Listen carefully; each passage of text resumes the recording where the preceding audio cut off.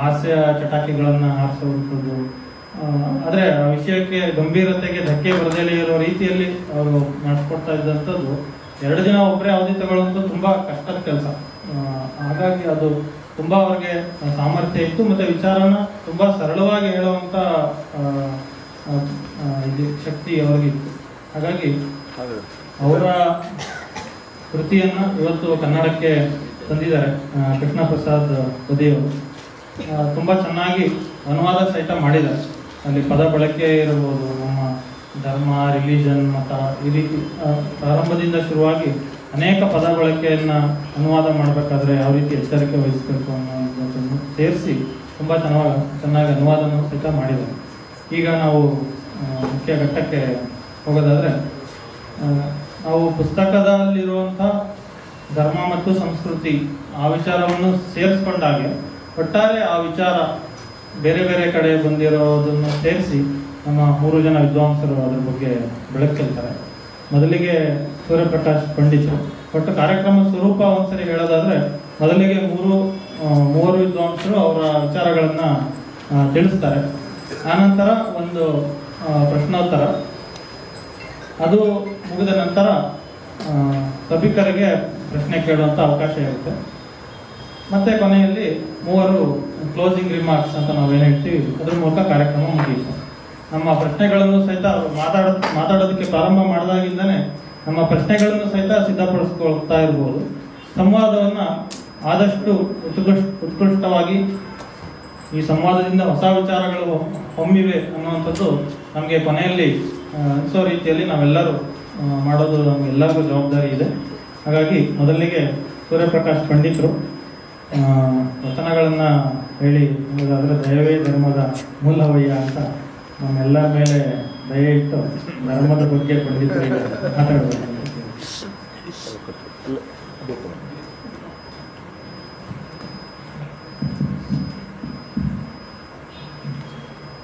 ಎಲ್ಲರಿಗೂ ನಮಸ್ಕಾರ. ಮೊದಲನೇದಾಗಿ ಮಂಥನ ವೇದಿಕೆಯಿಂದ ನಡೀತಾ ಇರುವಂಥ ಈ ಕಾರ್ಯಕ್ರಮದಲ್ಲಿ ಭಾಗವಹಿಸ್ತಾ ಇರೋದಕ್ಕೆ ಸಂತೋಷ ಆಗ್ತಾ ಇದೆ. ಯಾಕೆ ಅಂತ ಹೇಳಿದ್ರೆ, ಸುಮಾರು 20 ವರ್ಷಗಳ ಹಿಂದೆ ನಾವು ಮಂಥನ ಕಾರ್ಯಕ್ರಮಕ್ಕೆ ಕರೆಯೋದಕ್ಕೆ ಹೋಗ್ತಾ ಇದ್ವಿ. ಈಗ ನನ್ನನ್ನು ಕರೆಯೋದಕ್ಕೆ ಮನೆಗೆ ಬಂದಿದ್ರು, ಹಾಗಾಗಿ ಅಷ್ಟು ವ್ಯತ್ಯಾಸ ಆಗಿದೆ.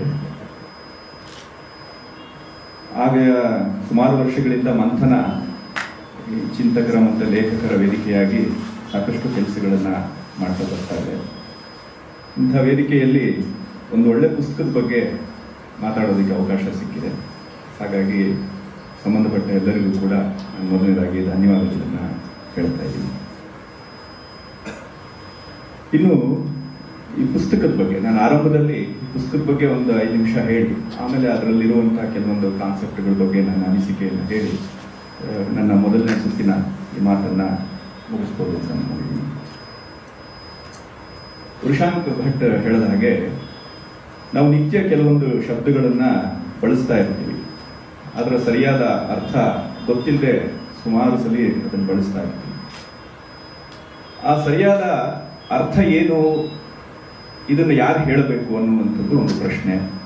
ಮತ್ತೆ ಸರಿಯಾಗಿ ಹೇಳ್ತಾ ಇದ್ದೀವೋ ಇಲ್ಲವೋ ಅನ್ನುವಂಥ ಪ್ರಶ್ನೆ ಕೇಳ್ಕೋಬೇಕಾದವರು ಯಾರು, ಈ ರೀತಿಯ ಪ್ರಶ್ನೆಗಳೆಲ್ಲ ಹುಟ್ಟತ್ತೆ. ಅದಕ್ಕೆ ಆ ಕ್ಷೇತ್ರಗಳಲ್ಲಿ ಕೆಲಸ ಮಾಡಿದಂಥವರು ಆ ಜನರನ್ನ ಆ ಒಂದು ಸರಿಯಾದ ಮಾಹಿತಿ ಕೊಡುವಂಥ ಕೆಲಸವನ್ನ ಮಾಡಬೇಕಾಗಿರುವಂಥದ್ದು ಅವರ ಒಂದು ಹೊಣೆಗಾರಿಕೆ, ಕರ್ತವ್ಯ ಮತ್ತು ಔದಾರ್ಯವೂ ಆಗಿರುತ್ತೆ. ಅಂಥ ಒಂದು ಕೆಲಸವನ್ನ ರಂಗಹರಿಯವರು ಮಾಡಿದ್ದಾರೆ ಅಂತ ಹೇಳ್ಬೋದು. ಧರ್ಮ ಮತ್ತು ಸಂಸ್ಕೃತಿ ಅನ್ನುವಂಥ ಕೃತಿಯಲ್ಲಿ ಅವರು ಪ್ರಧಾನವಾಗಿ ಧರ್ಮ ಅಂದರೆ ಏನು ಮತ್ತು ಸಂಸ್ಕೃತಿ ಅಂದರೆ ಏನು, ಧರ್ಮ ಮತ್ತು ಸಂಸ್ಕೃತಿ ಈ 2 ತತ್ವಗಳ ಸುತ್ತ ಮೂಡುವಂಥ ಇತರ ಕೆಲವೊಂದು ಕಾನ್ಸೆಪ್ಟ್ಗಳು ಅಂತ ನಾವೇನು ಹೇಳ್ಬೋದು, ಅದು ಹೇಗಿದೆ, ಅದಕ್ಕೂ ಈ 2 ತತ್ವಗಳಿಗೂ ಯಾವ ರೀತಿಯ ನಂಟಿದೆ ಅನ್ನೋದ್ರ ಬಗ್ಗೆ ಬಹಳ ಸರಳವಾಗಿ ಸುಂದರವಾಗಿ ಈ ಒಂದು ಕೃತಿಯಲ್ಲಿ ಅವರು ಹೇಳಿದ್ದಾರೆ. ಹಾಗಾಗಿ ಇದು ಬಹಳ ಒಂದು ಒಳ್ಳೆಯ ಕೈಪಿಡಿ ಆಗಿರುವಂಥ ಪುಸ್ತಕ. ವೈಯಕ್ತಿಕವಾಗಿ ನನಗೆ ಬಹಳ ಇಷ್ಟವೂ ಆಯಿತು. ಬಹಳ ಸರಳವಾಗಿ ಹೇಳಿದ್ದಾರೆ, ಆದರೆ ಒಂದು ಕ್ಲಾರಿಟಿನೂ ಇದೆ. ಮೂಲ ಲೇಖಕರದು ಆ ಒಂದು ವಿಶೇಷ ಗುಣ ಇದರಲ್ಲಿ ಕಾಣುತ್ತೆ. ಅದ್ರ ಜೊತೆಗೆ ಅನುವಾದ ಇದೆಯಲ್ಲ, ಕೃಷ್ಣ ಪ್ರಸಾದ ಬದಿ ಅವರು ತುಂಬ ಸೊಗಸಾಗಿ ಅನುವಾದವನ್ನ ಮಾಡಿದ್ದಾರೆ. ಯಾಕೆಂದ್ರೆ ಈ ರೀತಿಯ ಕೃತಿಗಳನ್ನ ಅನುವಾದ ಮಾಡುವಂಥದ್ದು ಅಷ್ಟು ಸುಲಭ ಅಲ್ಲ. ಆ ಕೆಲಸವನ್ನ ಅವ್ರು ಚೆನ್ನಾಗಿ ಮಾಡಿದ್ದಾರೆ. ಬಹಳ ದಿನಗಳಾದ್ಮೇಲೆ ಒಂದು ಒಳ್ಳೆ ಅನುವಾದದ ಪುಸ್ತಕವನ್ನ ಓದಿದಂಥ ಒಂದು ಸಂತೋಷ ಕೂಡ ನನಗೆ ಆಗಿದೆ. ಹಾಗಾಗಿ ಮೂಲ ಲೇಖಕರು ಮತ್ತು ಅನುವಾದಕರು ಇಬ್ಬರಿಗೂ ಕೂಡ ಸಾರಸ್ವತ ಲೋಕದಿಂದ ನಾವು ಅಭಿನಂದನೆಗಳನ್ನು ಸಲ್ಲಿಸಬೇಕು. ಅನುವಾದವಂತೂ ಬಹಳ ಸೊಗಸಾಗಿದೆ. ಕೆಲವೊಂದು ಶಬ್ದಗಳು ಕನ್ನಡದ ಜಾಯಮಾನಕ್ಕೆ ಒಗ್ಗಿಸ್ಕೋಬಹುದಾಗಿತ್ತು ಅನ್ನೋ ಥರದ್ದು ಬಿಟ್ಟರೆ ಬಹುಪಾಲು ಅನುವಾದಗಳು ಬಹಳ ಚೆನ್ನಾಗಿ ಬಂದಿದೆ. ಇನ್ನು ಕೃತಿಯ ವಿಷಯಕ್ಕೆ ಬರೋದಿದ್ರೆ ಧರ್ಮ ಮತ್ತೆ ಸಂಸ್ಕೃತಿ, ಇದ್ರ ಬಗ್ಗೆ ದಿನ ಎಲ್ಲ ವಲಯದಲ್ಲೂ ಚರ್ಚೆ ನಡೀತಾನೇ ಇದೆ. ರಾಜಕೀಯದಿಂದ ಹಿಡಿದು ನಾವು ಶಾಲೆ ಮತ್ತು ಕಾಲೇಜು ಅಲ್ಲಿ ತನಕ ಮನೆ, ನಮ್ಮ ಮಂದಿರಗಳು ಎಲ್ಲಿ ಹೋದರೂ ಈ ಎರಡು ಶಬ್ದಗಳ ಬಗ್ಗೆ ವಿಶೇಷವಾಗಿ ಒಂದಲ್ಲ ಒಂದು ವಿಧದಲ್ಲಿ ನಾವು ಚರ್ಚೆಯನ್ನು ಅಥವಾ ಸಂವಾದವನ್ನು ನಮ್ಮ ಮಾತುಕತೆಯಲ್ಲಿ ಯಾವುದೋ ಒಂದು ಕ್ರಮದಲ್ಲಿ ಬರ್ತಾನೆ ಇರುತ್ತೆ. ಆದರೆ ಈ ಧರ್ಮ ಅನ್ನೋದಕ್ಕೆ ನಮ್ಮ ಪರಂಪರೆಯಲ್ಲಿ ಯಾವ ರೀತಿಯ ಅರ್ಥಗಳು ಇವೆ, ಇದನ್ನ ರಂಗಹರಿಯವರು ಬಹಳ ಸಮರ್ಥವಾಗಿ ಈ ಕೃತಿಯಲ್ಲಿ ಹೇಳಿದ್ದಾರೆ. ಧರ್ಮ ಅನ್ನುವಂಥ ಶಬ್ದ ಹೇಗೆ ಹುಟ್ಟಿದೆ ಅನ್ನುವಂಥ ಅದರ ವ್ಯುತ್ಪತ್ತಿಯಿಂದ ಮೊದಲುಗೊಂಡು ಧರ್ಮದ ಜೊತೆ ಸೇರುಬಲ್ಲಂಥ ಇತರ ತತ್ವಗಳನ್ನು ಪೋಣಿಸ್ತಾ ಒಂದು ಸಮಗ್ರವಾದ ಒಂದು ಧರ್ಮದ ಪರಿಕಲ್ಪನೆ ಏನಿದೆ ಅದ್ರ ಬಗ್ಗೆ ಹೇಳ್ತಾರೆ. ಸಂಸ್ಕೃತಿ ಬಗ್ಗೆನೂ ಹಾಗೆ ಮಾಡ್ತಾರೆ. ಅವ್ರು ಎರಡು ಪ್ರತ್ಯೇಕವಾಗಿ ತಗೊಂಡು ಅದನ್ನು ಬಹಳ ಚೆನ್ನಾಗಿ ಹೇಳ್ತಾ ಹೋಗ್ತಾರೆ. ಇಲ್ಲಿ ಪ್ರಧಾನವಾಗಿ ನಾವು ಗಮನಿಸಬೇಕಾಗಿರುವಂಥದ್ದು ಈ ಪರಂಪರೆಯಲ್ಲಿ ಈ ಧರ್ಮವನ್ನು ಹೇಗೆ ನೋಡಿದ್ದಾರೆ.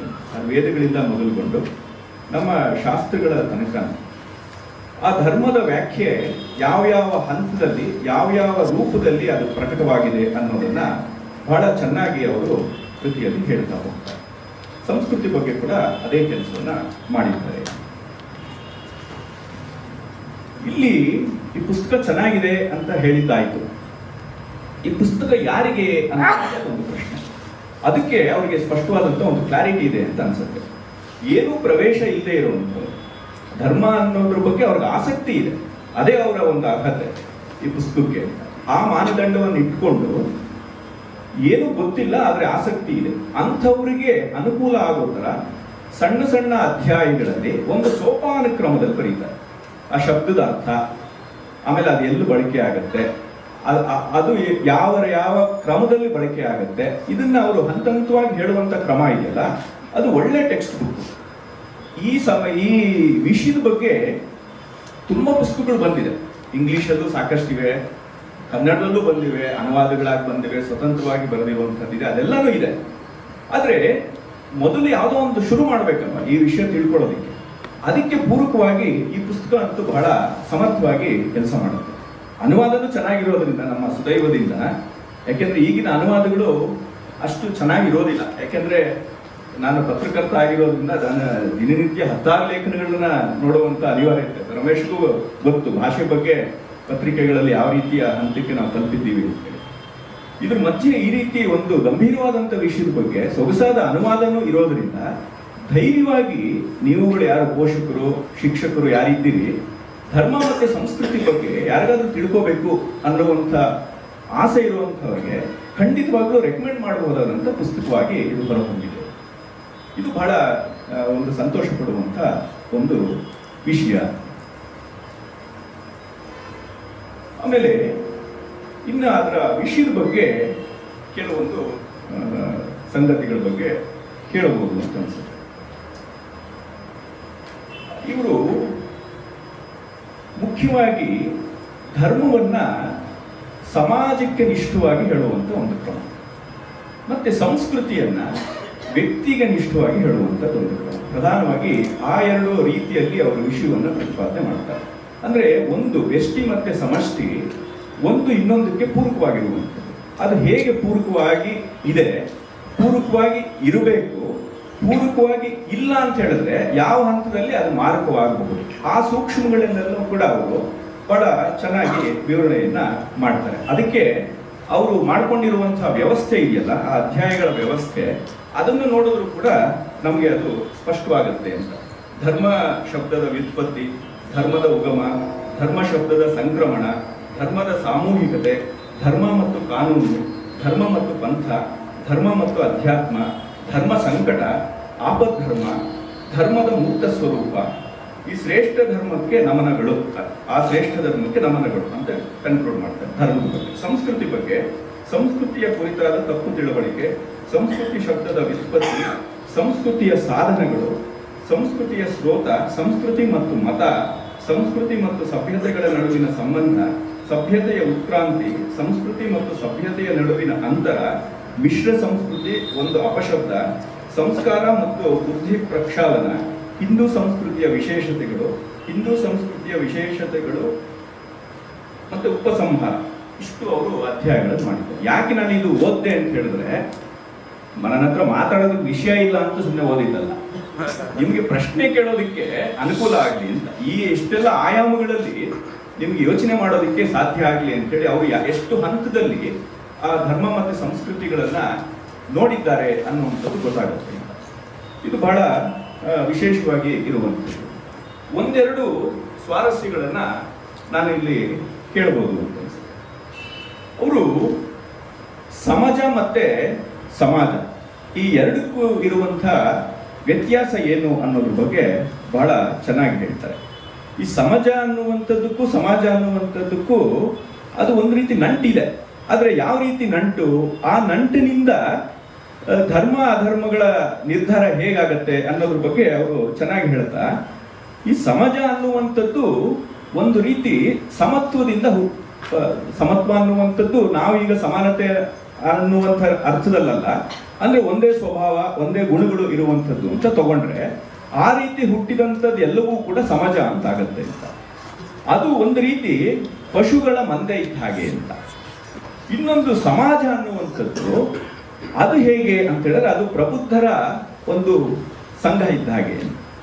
ಹಾಗಾಗಿ ಈ ಎರಡಕ್ಕೂ ವ್ಯತ್ಯಾಸ ಏನಿದೆ ಇದನ್ನ ತಿಳ್ಕೊಳ್ಳುವಂಥದ್ದು ನಮಗೆ ಬಹಳ ಮುಖ್ಯ ಅಂತ. ಅದು ಧರ್ಮದ ನೆಲೆಯಲ್ಲೂ ಮುಖ್ಯವಾಗುತ್ತೆ, ಸಂಸ್ಕೃತಿಯ ನೆಲೆಯಲ್ಲೂ ಕೂಡ ಮುಖ್ಯವಾಗುತ್ತೆ ಅನ್ನುವಂಥ ಒಂದು ಸಂಗತಿಯನ್ನ ಅವರು ಆ ಪುಸ್ತಕದ ಉದ್ದಕ್ಕೂ ಕೂಡ ಅದು ಪ್ರತಿಪಾದನೆಯನ್ನು ಮಾಡ್ತಾರೆ. ಅಂದ್ರೆ ವ್ಯಕ್ತಿ ತಾನು ವ್ಯಕ್ತಿಯಾಗಿ ಅಂದ್ರೆ ವ್ಯಷ್ಟಿಯಾಗಿ ತಾನು ಒಬ್ಬನಾಗಿ ಮಾಡುವಂತಹ ಕೆಲಸಗಳೇನು, ಮತ್ತೆ ಅವನು ಸಮಾಜಕ್ಕೆ ಹೊರಗಡೆ ಹೋದಾಗ ಅವನು ಮಾಡಬೇಕಾದಂಥ ಕೆಲಸಗಳೇನು, ಇದ್ರ ಬಗ್ಗೆ ಅವ್ರಿಗೆ ಒಂದು ಸ್ಪಷ್ಟವಾದಂಥ ಅರಿವನ್ನ ಕೊಡಬೇಕು ಅನ್ನುವಂಥ ಒಂದು ಸಂಕಲ್ಪ ಇರೋದ್ರಿಂದ ಅವರು ಪ್ರತಿ ಸಲ ಆ ವ್ಯತ್ಯಾಸಗಳನ್ನ ಇಡೀ ಕೃತಿಯ ಉದ್ದಕ್ಕೂ ಕೂಡ ಅವರು ಕಾಣಿಸ್ತಾರೆ. ಆಮೇಲೆ ನಾವು ಧರ್ಮ ಅಂತ ಹೇಳ್ಬಿಡ್ತೀವಿ, ಆದರೆ ಈ ಧರ್ಮದ ನಿರ್ಧಾರ ಹೇಗಾಗತ್ತೆ, ಇದು ಬಹಳ ಒಂದು ಕಷ್ಟದ ಒಂದು ಪ್ರಶ್ನೆ. ಈಗಲೂ ಕೂಡ ಯಾರನ್ನು ನಾವು ಧರ್ಮದ ಬಗ್ಗೆ ಮಾತಾಡೋರನ್ನ ನಾವು ನೀವು ಧರ್ಮದ ಬಗ್ಗೆ ನನಗೆ ಸ್ಪಷ್ಟವಾಗಿ ಇವತ್ತು ಹೇಳಲೇಬೇಕು ಅಂತ ನೀವು ಅವರನ್ನ ಧರಣಿ ಮಾಡಿ ಅವ್ರ ಮುಂದೆ ಕೂತರು ಕೂಡ ಹೇಳೋದಕ್ಕೆ ಕಷ್ಟ ಇದೆ. ಯಾಕೆ ಅಂತ ಹೇಳಿದ್ರೆ ನಮ್ಮ ಭಾರತೀಯ ಸಂಸ್ಕೃತಿಯಲ್ಲಿ ಈ ಧರ್ಮದ ಪರಿಕಲ್ಪನೆ ಇರುವಂಥದ್ದೇ ಈ ಕಲ್ಪನೆ ಇರುವಂಥದ್ದೇ ಕಾಂಟೆಕ್ಸ್ಟ್ ಸೆನ್ಸಿಟಿವ್ ಇದೆ. ಅಂದ್ರೆ ಧರ್ಮ ಅನ್ನುವಂಥದ್ದು ಏನು ಅಂತ ಹೇಳಿದ್ರೆ ನೀವು ಯಾವ ನೆಲೆಯಲ್ಲಿ ಪ್ರಶ್ನೆ ಕೇಳ್ತಾ ಇದ್ದೀರಿ ಅನ್ನುವಂಥದ್ದು ಬಹಳ ಮುಖ್ಯವಾಗುತ್ತೆ. ಯಾಕೆಂದ್ರೆ ಧರ್ಮಕ್ಕೆ ಒಂದು ವ್ಯಾಖ್ಯೆ ಇಲ್ಲ. ಈ ಒಂದು ಸಂಕೀರ್ಣತೆ ಏನಿದೆ ಅದನ್ನ ಅವರು ಸುಲಭಕ್ಕೆ ನಿರ್ವಾಹ ಅಂತ ಮಾಡಿದ್ದಾರೆ. ಆ ಧರ್ಮದ ಬೇರೆ ಬೇರೆ ಶೇಡ್ಗಳನ್ನ ಬಹಳ ಚೆನ್ನಾಗಿ ಅವರು ಹೇಳ್ತಾರೆ ಅಂತ. ಆಮೇಲೆ ಮುಖ್ಯವಾಗಿ ಧರ್ಮಕ್ಕೂ ಮತಕ್ಕೂ ಇರುವಂತ ವ್ಯತ್ಯಾಸದ ಬಗ್ಗೆ ಅವರು ಬಹಳ ಚೆನ್ನಾಗಿ ಹೇಳ್ತಾರೆ. ಅವರು ಹೇಳುವಂಥದ್ದು ಮತ ಅದು ಧರ್ಮ ಆಗೋದಿಲ್ಲ ಅಂತ, ಮತವೇ ಧರ್ಮ ಅಲ್ಲ ಅಂತ ಹೇಳಿ. ಮತ ಅನ್ನುವಂಥದ್ದು ಅದು ಪೌರುಷೇಯ ತತ್ವ, ಧರ್ಮ ಅನ್ನುವಂಥದ್ದು ಅಪೌರುಷೇಯ ತತ್ವ ಅಂತ ಹೇಳ್ತಾರೆ. ಅದು ಬಹಳ ಆ ವಿಂಗಡಣೆ ಇದೆಯಲ್ಲ ಅದು ಚೆನ್ನಾಗಿರುವಂಥದ್ದು. ಮತ್ತೆ ವೇದಕಾಲದಲ್ಲಿ ಇದ್ದಂಥ ಋತದ ಪರಿಕಲ್ಪನೆ ಏನಿದೆ ಆ ಋತದ ಪರಿಕಲ್ಪನೆಯೇ ಕ್ರಮವಾಗಿ ನಂತರದ ಬೆಳವಣಿಗೆಯಲ್ಲಿ ಅದು ಧರ್ಮದ ಸ್ವರೂಪವನ್ನು ಪಡೀತು ಅಂತ ಹೇಳ್ತಾರೆ. ಈ ರೀತಿಯ ಕೆಲವೊಂದು ಹೊಳಹುಗಳೆಲ್ಲ ಅವ್ರದ್ದು ಚೆನ್ನಾಗಿದೆ. ಇದನ್ನ ಅವರು ಪ್ರತಿಪಾದನೆ ಮಾಡೋದಕ್ಕೆ ವೇದಗಳನ್ನು ಆಶ್ರಯಿಸ್ತಾರೆ, ರಾಮಾಯಣ ಮಹಾಭಾರತಗಳು, ಮತ್ತೆ ನಮ್ಮ ಆಧುನಿಕ ಕೆಲವರು ಚಿಂತಕರು ಭಗವದ್ಗೀತೆ, ಮನುಸ್ಮೃತಿ, ಈ ರೀತಿಯ ಧರ್ಮಪಾಲ ಅವ್ರದ್ದು ತಗೊಳ್ತಾರೆ, ರಾಮ್ ಸ್ವರೂಪ್ ಅವ್ರದ್ದು ಉಲ್ಲೇಖಗಳನ್ನ ತಗೊಳ್ತಾರೆ, ವಿವೇಕಾನಂದರ ಉಲ್ಲೇಖಗಳನ್ನು ತಗೊಳ್ತಾರೆ, ಪರಮಹಂಸರ ಉಲ್ಲೇಖವನ್ನ ತಗೊಳ್ತಾರೆ. ಹೀಗೆ ನಮ್ಮ ಪರಂಪರೆಯ ಹಲವು ಟೆಕ್ಸ್ಟ್ಗಳನ್ನ, ವ್ಯಕ್ತಿಗಳ ಘಟನೆಗಳನ್ನ, ಮತ್ತೆ ಕಾಂಟೆಂಪರರಿ ಅಂತ ಹೇಳಬಹುದಾದಂಥ ಕೆಲವೊಂದು ಸಂಗತಿಗಳನ್ನು ತಗೊಂಡು ಕೂಡ ಅವರು ಅದನ್ನ ವ್ಯಾಖ್ಯೆಯನ್ನ ಮಾಡ್ತಾರೆ. ಇಷ್ಟೆಲ್ಲ ಹೇಳಿದ ಮೇಲೆ ಆ ಚರ್ಚೆ ಸಮಯದಲ್ಲಿ ಇನ್ನೊಂದಷ್ಟು ವಿಷಯ ಬರ್ಬೋದು. ನಾನು ಇನ್ನೊಂದು 3-4 ನಿಮಿಷ ಮಾತಾಡಿ ನಾನು ಇಲ್ಲಿನ ಮಾತನ್ನು ಮುಗಿಸ್ಬೋದು ಈ ಸುತ್ತಿಂದು ಅಂತ ಅನ್ಸುತ್ತೆ. ಇಲ್ಲಿ ಇದರ ಒಂದು ಪಾಸಿಟಿವ್ ಆದಂತ ಒಂದು ಆಯಾಮಗಳ ಬಗ್ಗೆ ಹೇಳಿದ್ದಾಯ್ತು. ನನಗೆ ಇಲ್ಲಿ ಕೆಲವೊಂದು ಪ್ರಶ್ನೆಗಳು ಬರುತ್ತೆ.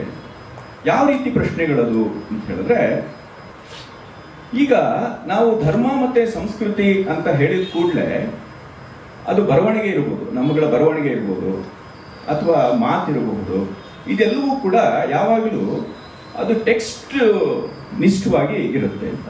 ಈಗ ಧರ್ಮ ಅಂತ ಹೇಳಿದ್ರೆ ರಾಮಾಯಣದಲ್ಲಿ ಹೀಗಿದೆ ಧರ್ಮ, ಮಹಾಭಾರತದಲ್ಲಿ ಹೀಗಿದೆ, ವೇದದಲ್ಲಿ ಹೀಗಿದೆ ಅನ್ನುವಂಥ ನೆಲೆಯಿಂದಲೇ ನಾವು ನೂರಾರು ವರ್ಷಗಳಿಂದ ಈ ಧರ್ಮ ಮತ್ತೆ ಸಂಸ್ಕೃತಿಗಳನ್ನ ಬಹುಪಾಲು ವಿದ್ವಾಂಸರು, ಚಿಂತಕರು ಇವರೆಲ್ಲ ಮಾಡ್ಕೊಂಡು ಬಂದಿರುವಂತ ವಿಧಾನ ಇದು. ಇದರಲ್ಲಿ ಸಾಕಷ್ಟು ಮಿತಿಗಳು ಇವೆ. ಅದು ರಂಗಹರಿಯವರಿಗೆ ಗೊತ್ತಿಲ್ಲ ಅಂತಿಲ್ಲ, ಅದನ್ನು ಅವರು ಆರಂಭದಲ್ಲೂ ಹೇಳ್ತಾರೆ. ನಾವು ಅದು ಗ್ರಂಥಸ್ಥವಾಗಿರುವಂತ ಒಂದು ಆದರ್ಶವನ್ನು ಅಥವಾ ಉಲ್ಲೇಖವನ್ನು ಹೇಳಿದ ಮಾತ್ರಕ್ಕೆ ಪ್ರಯೋಜನ ಏನು? ಇದು ಬಹಳ ದೊಡ್ಡದಂತ ಒಂದು ಪ್ರಶ್ನೆ. ಅಂದ್ರೆ ನಾವು ಯಾವುದನ್ನ ಸಂಸ್ಕೃತಿ ಅಂತ ಹೇಳ್ತೀವಿ, ಸಭ್ಯತೆ ಅಂತ ಹೇಳ್ತೀವಿ, ಅಥವಾ ಧರ್ಮ ಅಂತ ಹೇಳ್ತೀವಿ, ಅದು ಪ್ರವಚನಕ್ಕೋ ಕಠೋಪನಿಷತ್ತಲ್ಲೇ ಬರುತ್ತೆ. ಇದೆಲ್ಲ ಪ್ರವಚನದಿಂದ ಸಿಗುವಂತ ತತ್ವ ಇದಲ್ಲ ಅಂತ. ಹಾಗಿದ್ರೆ ಏನಿದು, ಇದರ ಅನ್ವಯ ಹೇಗೆ? ಇದು ಬಹಳ ದೊಡ್ಡ ಒಂದು ಪ್ರಶ್ನೆ. ಇದಕ್ಕೆ ಏನು ಸಮಾಧಾನ? ಇದು ಬಹಳ ಕಷ್ಟ ಹೇಳುವಂಥದ್ದು. ಆದರೆ ನಮಗೆ ಧರ್ಮ ಅನ್ನುವಂಥದ್ದು ಪರಿಕಲ್ಪನೆಯೇ ಗೊತ್ತಿಲ್ಲ ಅಂತ ಹೇಳಿದ್ರೆ ಅದರ ಅನ್ವಯ ನಡೀತಾ ಇಲ್ವೋ ಅನ್ನುವಂಥದ್ದು ಹೇಗೆ ಗೊತ್ತಾಗುತ್ತೆ? ಹಾಗಾಗಿ ಈ ರೀತಿಯ ಕೃತಿಗಳು ಆ ಕೆಲಸವನ್ನು ಮಾಡುತ್ತೆ ಅಂತ ಒಂದು ಸಮಾಧಾನ. ಆದ್ರೆ ಇನ್ನೊಂದು ಪ್ರಶ್ನೆ ಬರುತ್ತೆ, ಈ ರೀತಿ ಕೃತಿಗಳು ನೂರಾರು ವರ್ಷಗಳಿಂದ ಇದೆಯಲ್ವಾ, ಇದ್ರೂ ಯಾಕೆ ನಮಗೆ ಆ ಥರದ್ದು ಒಂದು ಆದರ್ಶ ಸಮಾಜದಲ್ಲಿ ಗಟ್ಟಿಯಾಗಿ ಕಾಣ್ತಾ ಇಲ್ಲ ಅಂತ. ನಾವು ಕಣ್ಣು ತೆರೆದು ನೋಡಿದ್ರೆ ಎಲ್ಲಾ ರಂಗದಲ್ಲೂ ಕೂಡ ಈ ಅಧರ್ಮ ಅಂತ ನಾವು ಹೇಳ್ಬೋದಾದಂತ ಒಂದು ಶಾಸ್ತ್ರದ ಪರಿಭಾಷೆಯಲ್ಲಿ ಅಧರ್ಮ ಅಂತ ಹೇಳ್ಬೋದಾದಂತ ಸಂಗತಿಗಳು ಸಾಕಷ್ಟು ನಡೀತಾ ಇದೆ. ನಮ್ಮ ಸಾಮಾನ್ಯ ಜನರ ಭಾಷೆಯಲ್ಲಿ ಹೇಳಬಹುದಾದಂಥ ಭ್ರಷ್ಟಾಚಾರ ಅನ್ನುವಂಥದ್ದು ಎಲ್ಲಾ ಹಂತದಲ್ಲೂ ನಡೀತಾ ಇದೆ. ಹಾಗಿದ್ರೆ ಯಾಕೆ ನಾವು ಧರ್ಮದ ತವರು ಅಂತ ಹೇಳ್ತಾ ಇರುವಂತಹ ಭಾರತದ ನೆಲದಲ್ಲಿ ಈ ರೀತಿ ಅದಕ್ಕೆ ತದ್ವಿರುದ್ಧವಾದಂತ ಒಂದು ಒಂದು ಒಂದು ಅಲೆ ಇದೆಯಲ್ಲ, ಇದು ಯಾಕೆ ನಡೀತಾ ಇದೆ? ಎಲ್ಲಿ ನಾವು ಸೋಲ್ತಾ ಇದ್ದೀವಿ? ಈ ರೀತಿ ಪ್ರಶ್ನೆಗಳನ್ನ ಹಾಕೊಳ್ಳುವಂತ ಒಂದು ಸಂದರ್ಭವೂ ಕೂಡ ನಮಗೆ ಈ ರೀತಿಯ ಪುಸ್ತಕಗಳ ಚರ್ಚೆ, ಇದರ ಪ್ರಕಾಶನ ಇತ್ಯಾದಿ ಸಂದರ್ಭಗಳಲ್ಲಿ ನಾವು ಅದನ್ನು ಕೂಡ ಪ್ರಶ್ನೆಯಾಗಿ ನೋಡುವಂತ ಒಂದು ಕೆಲಸವನ್ನ ಮಾಡಿದ್ರೆ ಈ ರೀತಿ ಪುಸ್ತಕಗಳ ಒಂದು ಔಚಿತ್ಯ ಇನ್ನೂ ಕೂಡ ಹೆಚ್ಚಾಗತ್ತೆ ಅಂತ ಹೇಳಿ ನನಗೆ ಅನ್ಸುತ್ತೆ. ಅದು ಮುಂದಿನ ಸುತ್ತಿನಲ್ಲಿ ನಾವು ಆ ಆಯಾಮದಿಂದ ಕೂಡ ಕೆಲವೊಂದು ಸಂಗತಿಗಳನ್ನ ನಾವು ನೋಡೋಣ. ನಮಸ್ಕಾರ.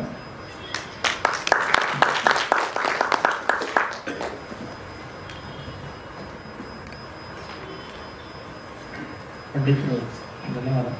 ಅವರು ಹೇಳಿದಾಗೆ ರಂಗಾರಿಯವರ ಪುಸ್ತಕದ ಕೊನೆ ಅಧ್ಯಾಯದಲ್ಲಿ ಸಂಸ್ಕೃತಿಯನ್ನು ಇದರಲ್ಲಿ ಹೇಳಿದ್ದಾರೆ. ಪುಸ್ತಕದ ಮಿತಿಯನ್ನ ಅವರು ಹೇಳಿದ್ದಾರೆ.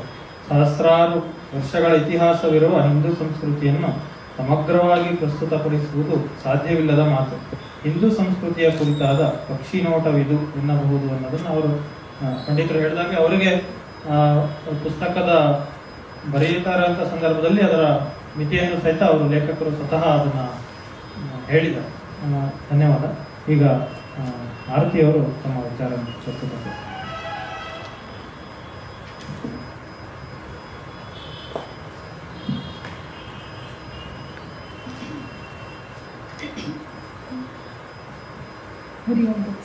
ಎಲ್ರಿಗೂ ನಮಸ್ಕಾರ. ಈ ಕಾರ್ಯಕ್ರಮದಲ್ಲಿ ಭಾಗವಹಿಸೋದಕ್ಕೆ ನನಗೂ ಕೂಡ ತುಂಬ ಸಂತೋಷ ಆಗ್ತಾ ಇದೆ. ತುಂಬ ಒಳ್ಳೆಯ ಪುಸ್ತಕವನ್ನು ಓದುವ ಅವಕಾಶ ಸಿಕ್ತು. ನಾನು ಮೊದಲೇ ಹೇಳ್ಬಿಡ್ತಾ ಇದ್ದೀನಿ, ನಾನು ಆಮೂಲಾಗ್ರವಾಗಿ ಓದೋಕ್ಕೆ ಆಗಲಿಲ್ಲ. ನನಗೆ ಕಾರಣಾಂತರಗಳಿಂದ ಹೇಳಿದ್ದೆ ಪದ್ಮಾರವ್ರಿಗೆ. ಆದರೂ ಅದು ಓದಿಸ್ಕೊಂಡು ಹೋಯಿತು ಒಂದು ಮಟ್ಟಕ್ಕೆ. ಬಹಳ ಚೆನ್ನಾಗಿದೆ ಪುಸ್ತಕ. ಪಂಡಿತರು ಹೇಳಿದ ಹಾಗೆ ಅನುವಾದವೂ ತುಂಬ ಚೆನ್ನಾಗಿದೆ. ಹಾಗೆ ಓದಿದ್ರೆ ಇದು ಅನುವಾದ ಅಂತ ಅನಿಸೋದೇ ಇಲ್ಲ, ಅಷ್ಟು ತಿಳಿಯಾಗಿ ಫ್ಲೋ ತುಂಬ ಚೆನ್ನಾಗಿದೆ. ಈ ಧರ್ಮ ಪದವನ್ನು ಒಂದು ವಾಕ್ಯದಲ್ಲಿ ನಿರ್ವಚನ ಮಾಡೋದು ಅಸಾಧ್ಯ ಅಂತಲೇ ಹೇಳ್ಬೋದು. ಗಹನ ಕರ್ಮಣಾಗತಿ ಅಂತ ಕೃಷ್ಣ ಹೇಳ್ತಾನೆ. ಹಾಗೆ ಧರ್ಮದ ಗತಿಯೂ ಗಹನವಾದದ್ದು ಅಂತಲೇ ನಾವು ಮಾಡ್ಕೋಬೋದು.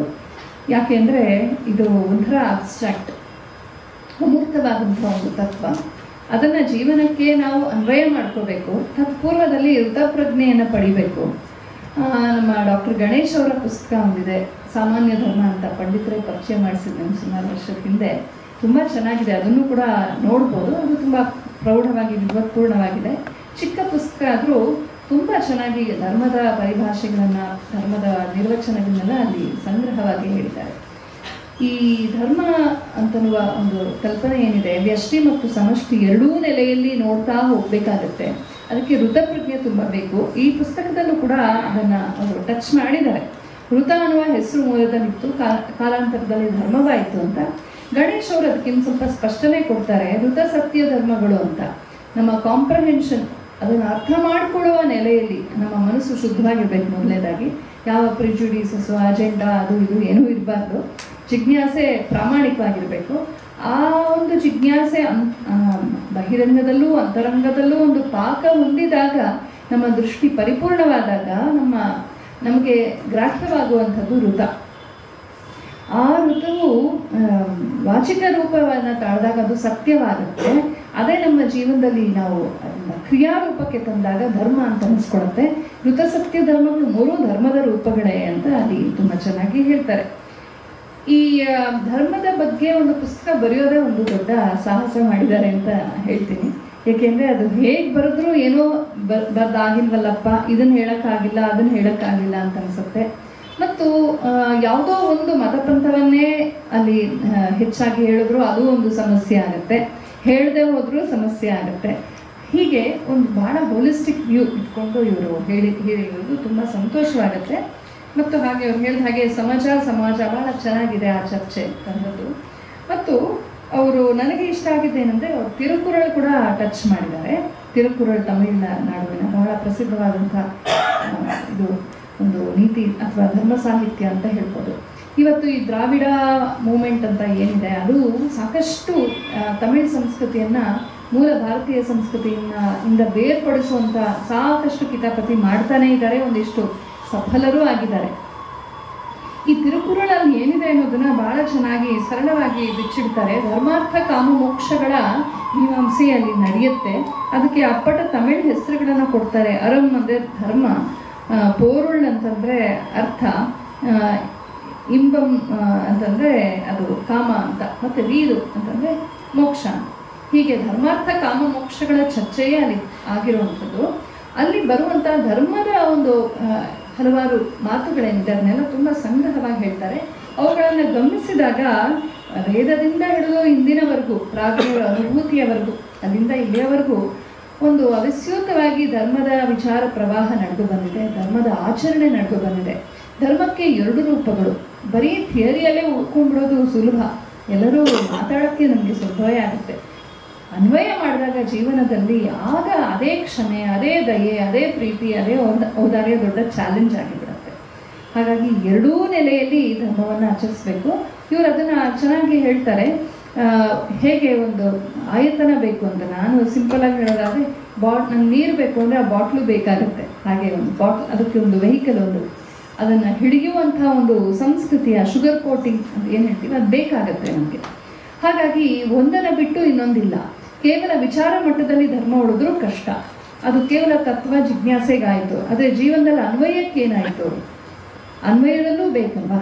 ಹಾಗೆ ಅನ್ವಯದಲ್ಲಿ ಎಲ್ಲವೂ ಇತ್ತು, ಅದರ ಅರ್ಥದ ಕಡೆ ಗಮನ ಇಲ್ಲದೆ ಹೋದರೆ ಶ್ರೇಯೋ ಹಿ ಜ್ಞಾನಮಭ್ಯಾಸ ಅಂತ ಶ್ರೀಕೃಷ್ಣ ಹೇಳ್ತಾನೆ. ಕೇವಲ ಅಭ್ಯಾಸಕ್ಕಿಂತ ತಿಳಿದು ಮಾಡೋದು ವಾಸಿ.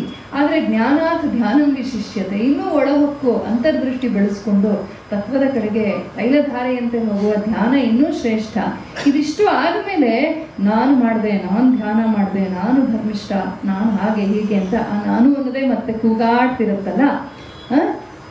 ಧ್ಯಾನಾತ್ ಕರ್ಮ ಫಲತ್ಯಾಗ ಅಂತ ಹೇಳ್ತಾನೆ. ಆ ಕರ್ತೃ ಭೋಕ್ತೃ ಭಾವಗಳನ್ನು ಬಿಟ್ಟು ಪರಮಾತ್ಮನಲ್ಲಿ ಸಮರ್ಪಿಸಿ ನಾವು ಇಲ್ಲವಾಗುವಂತಿದೆಯಲ್ಲ, ಅದು ತ್ಯಾಗ ಶಾಂತಿರ ನಂತರಂ ಅಂತ ಶ್ರೀಕೃಷ್ಣ ಅಲ್ಲಿ ಬಹಳ ಚೆನ್ನಾಗಿ ಹೇಳ್ತಾನೆ. ಇವರು ಇನ್ನೊಂದು ಮಾತನ್ನ ಹೇಳ್ತಾರೆ, ಧರ್ಮ ಅಥವಾ ಸಂಸ್ಕೃತಿಯ ಬಗ್ಗೆ ಹೇಳ್ತಾ ಇದರ ಮೂಲ ಎಲ್ಲಿ ಅಂತ ಹೇಳೋದು ತುಂಬ ಕಷ್ಟ ಅಂತ. ತುಂಬ ನಿಜ. ಅವ್ರು ಕೊಡೋ ಉದಾಹರಣೆ ಕೂಡ ಚೆನ್ನಾಗಿದೆ. ಗಂಗಾ ನದಿಯ ಉದಾಹರಣೆಯನ್ನು ಕೊಡ್ತಾರೆ. ಗಂಗಾ ನದಿಯ ಮೂಲ ಸ್ರೋತ ಏನಿದೆ ಭಾಗೀರಥಿ, ಅದು ಹುಟ್ಟೋದು ಗೋಮುಖದಲ್ಲಿ. ಸರಿ, ಶಿವಲಿಂಗ ಪರ್ವತ ಅಂತಿದೆ, ಅಲ್ಲಿಂದ ಆಕಾಶಗಂಗೆ ಧುಮುಕ್ತಾಳೆ, ಗ್ಲೇಷಿಯರ್ ಆಗುತ್ತೆ, ಅಲ್ಲಿಂದ ಕರಗಿ ಗೋಮುಖದಲ್ಲಿ ಮುಂದೆ ಹರಿದು ಬರುತ್ತೆ. ಆದರೆ ಅಷ್ಟೇ ಗಂಗೆನ ನಾವು ಪುರಾಣದ ಕಥೆ ನೋಡಿದ್ರು, ಅಲ್ಲಿ ಹಿಮಾಲಯದಲ್ಲಿ ನಾನೇ ಅಲ್ಲೆಲ್ಲ ಹೋಗಿದ್ದೀನಿ, ಅಲ್ಲಿ ನೋಡಿದ್ರು ನಿಮಗೆ ಸಪ್ತಧಾರ ಗಂಗಾ ಕಾಣಿಸ್ತಾಳೆ.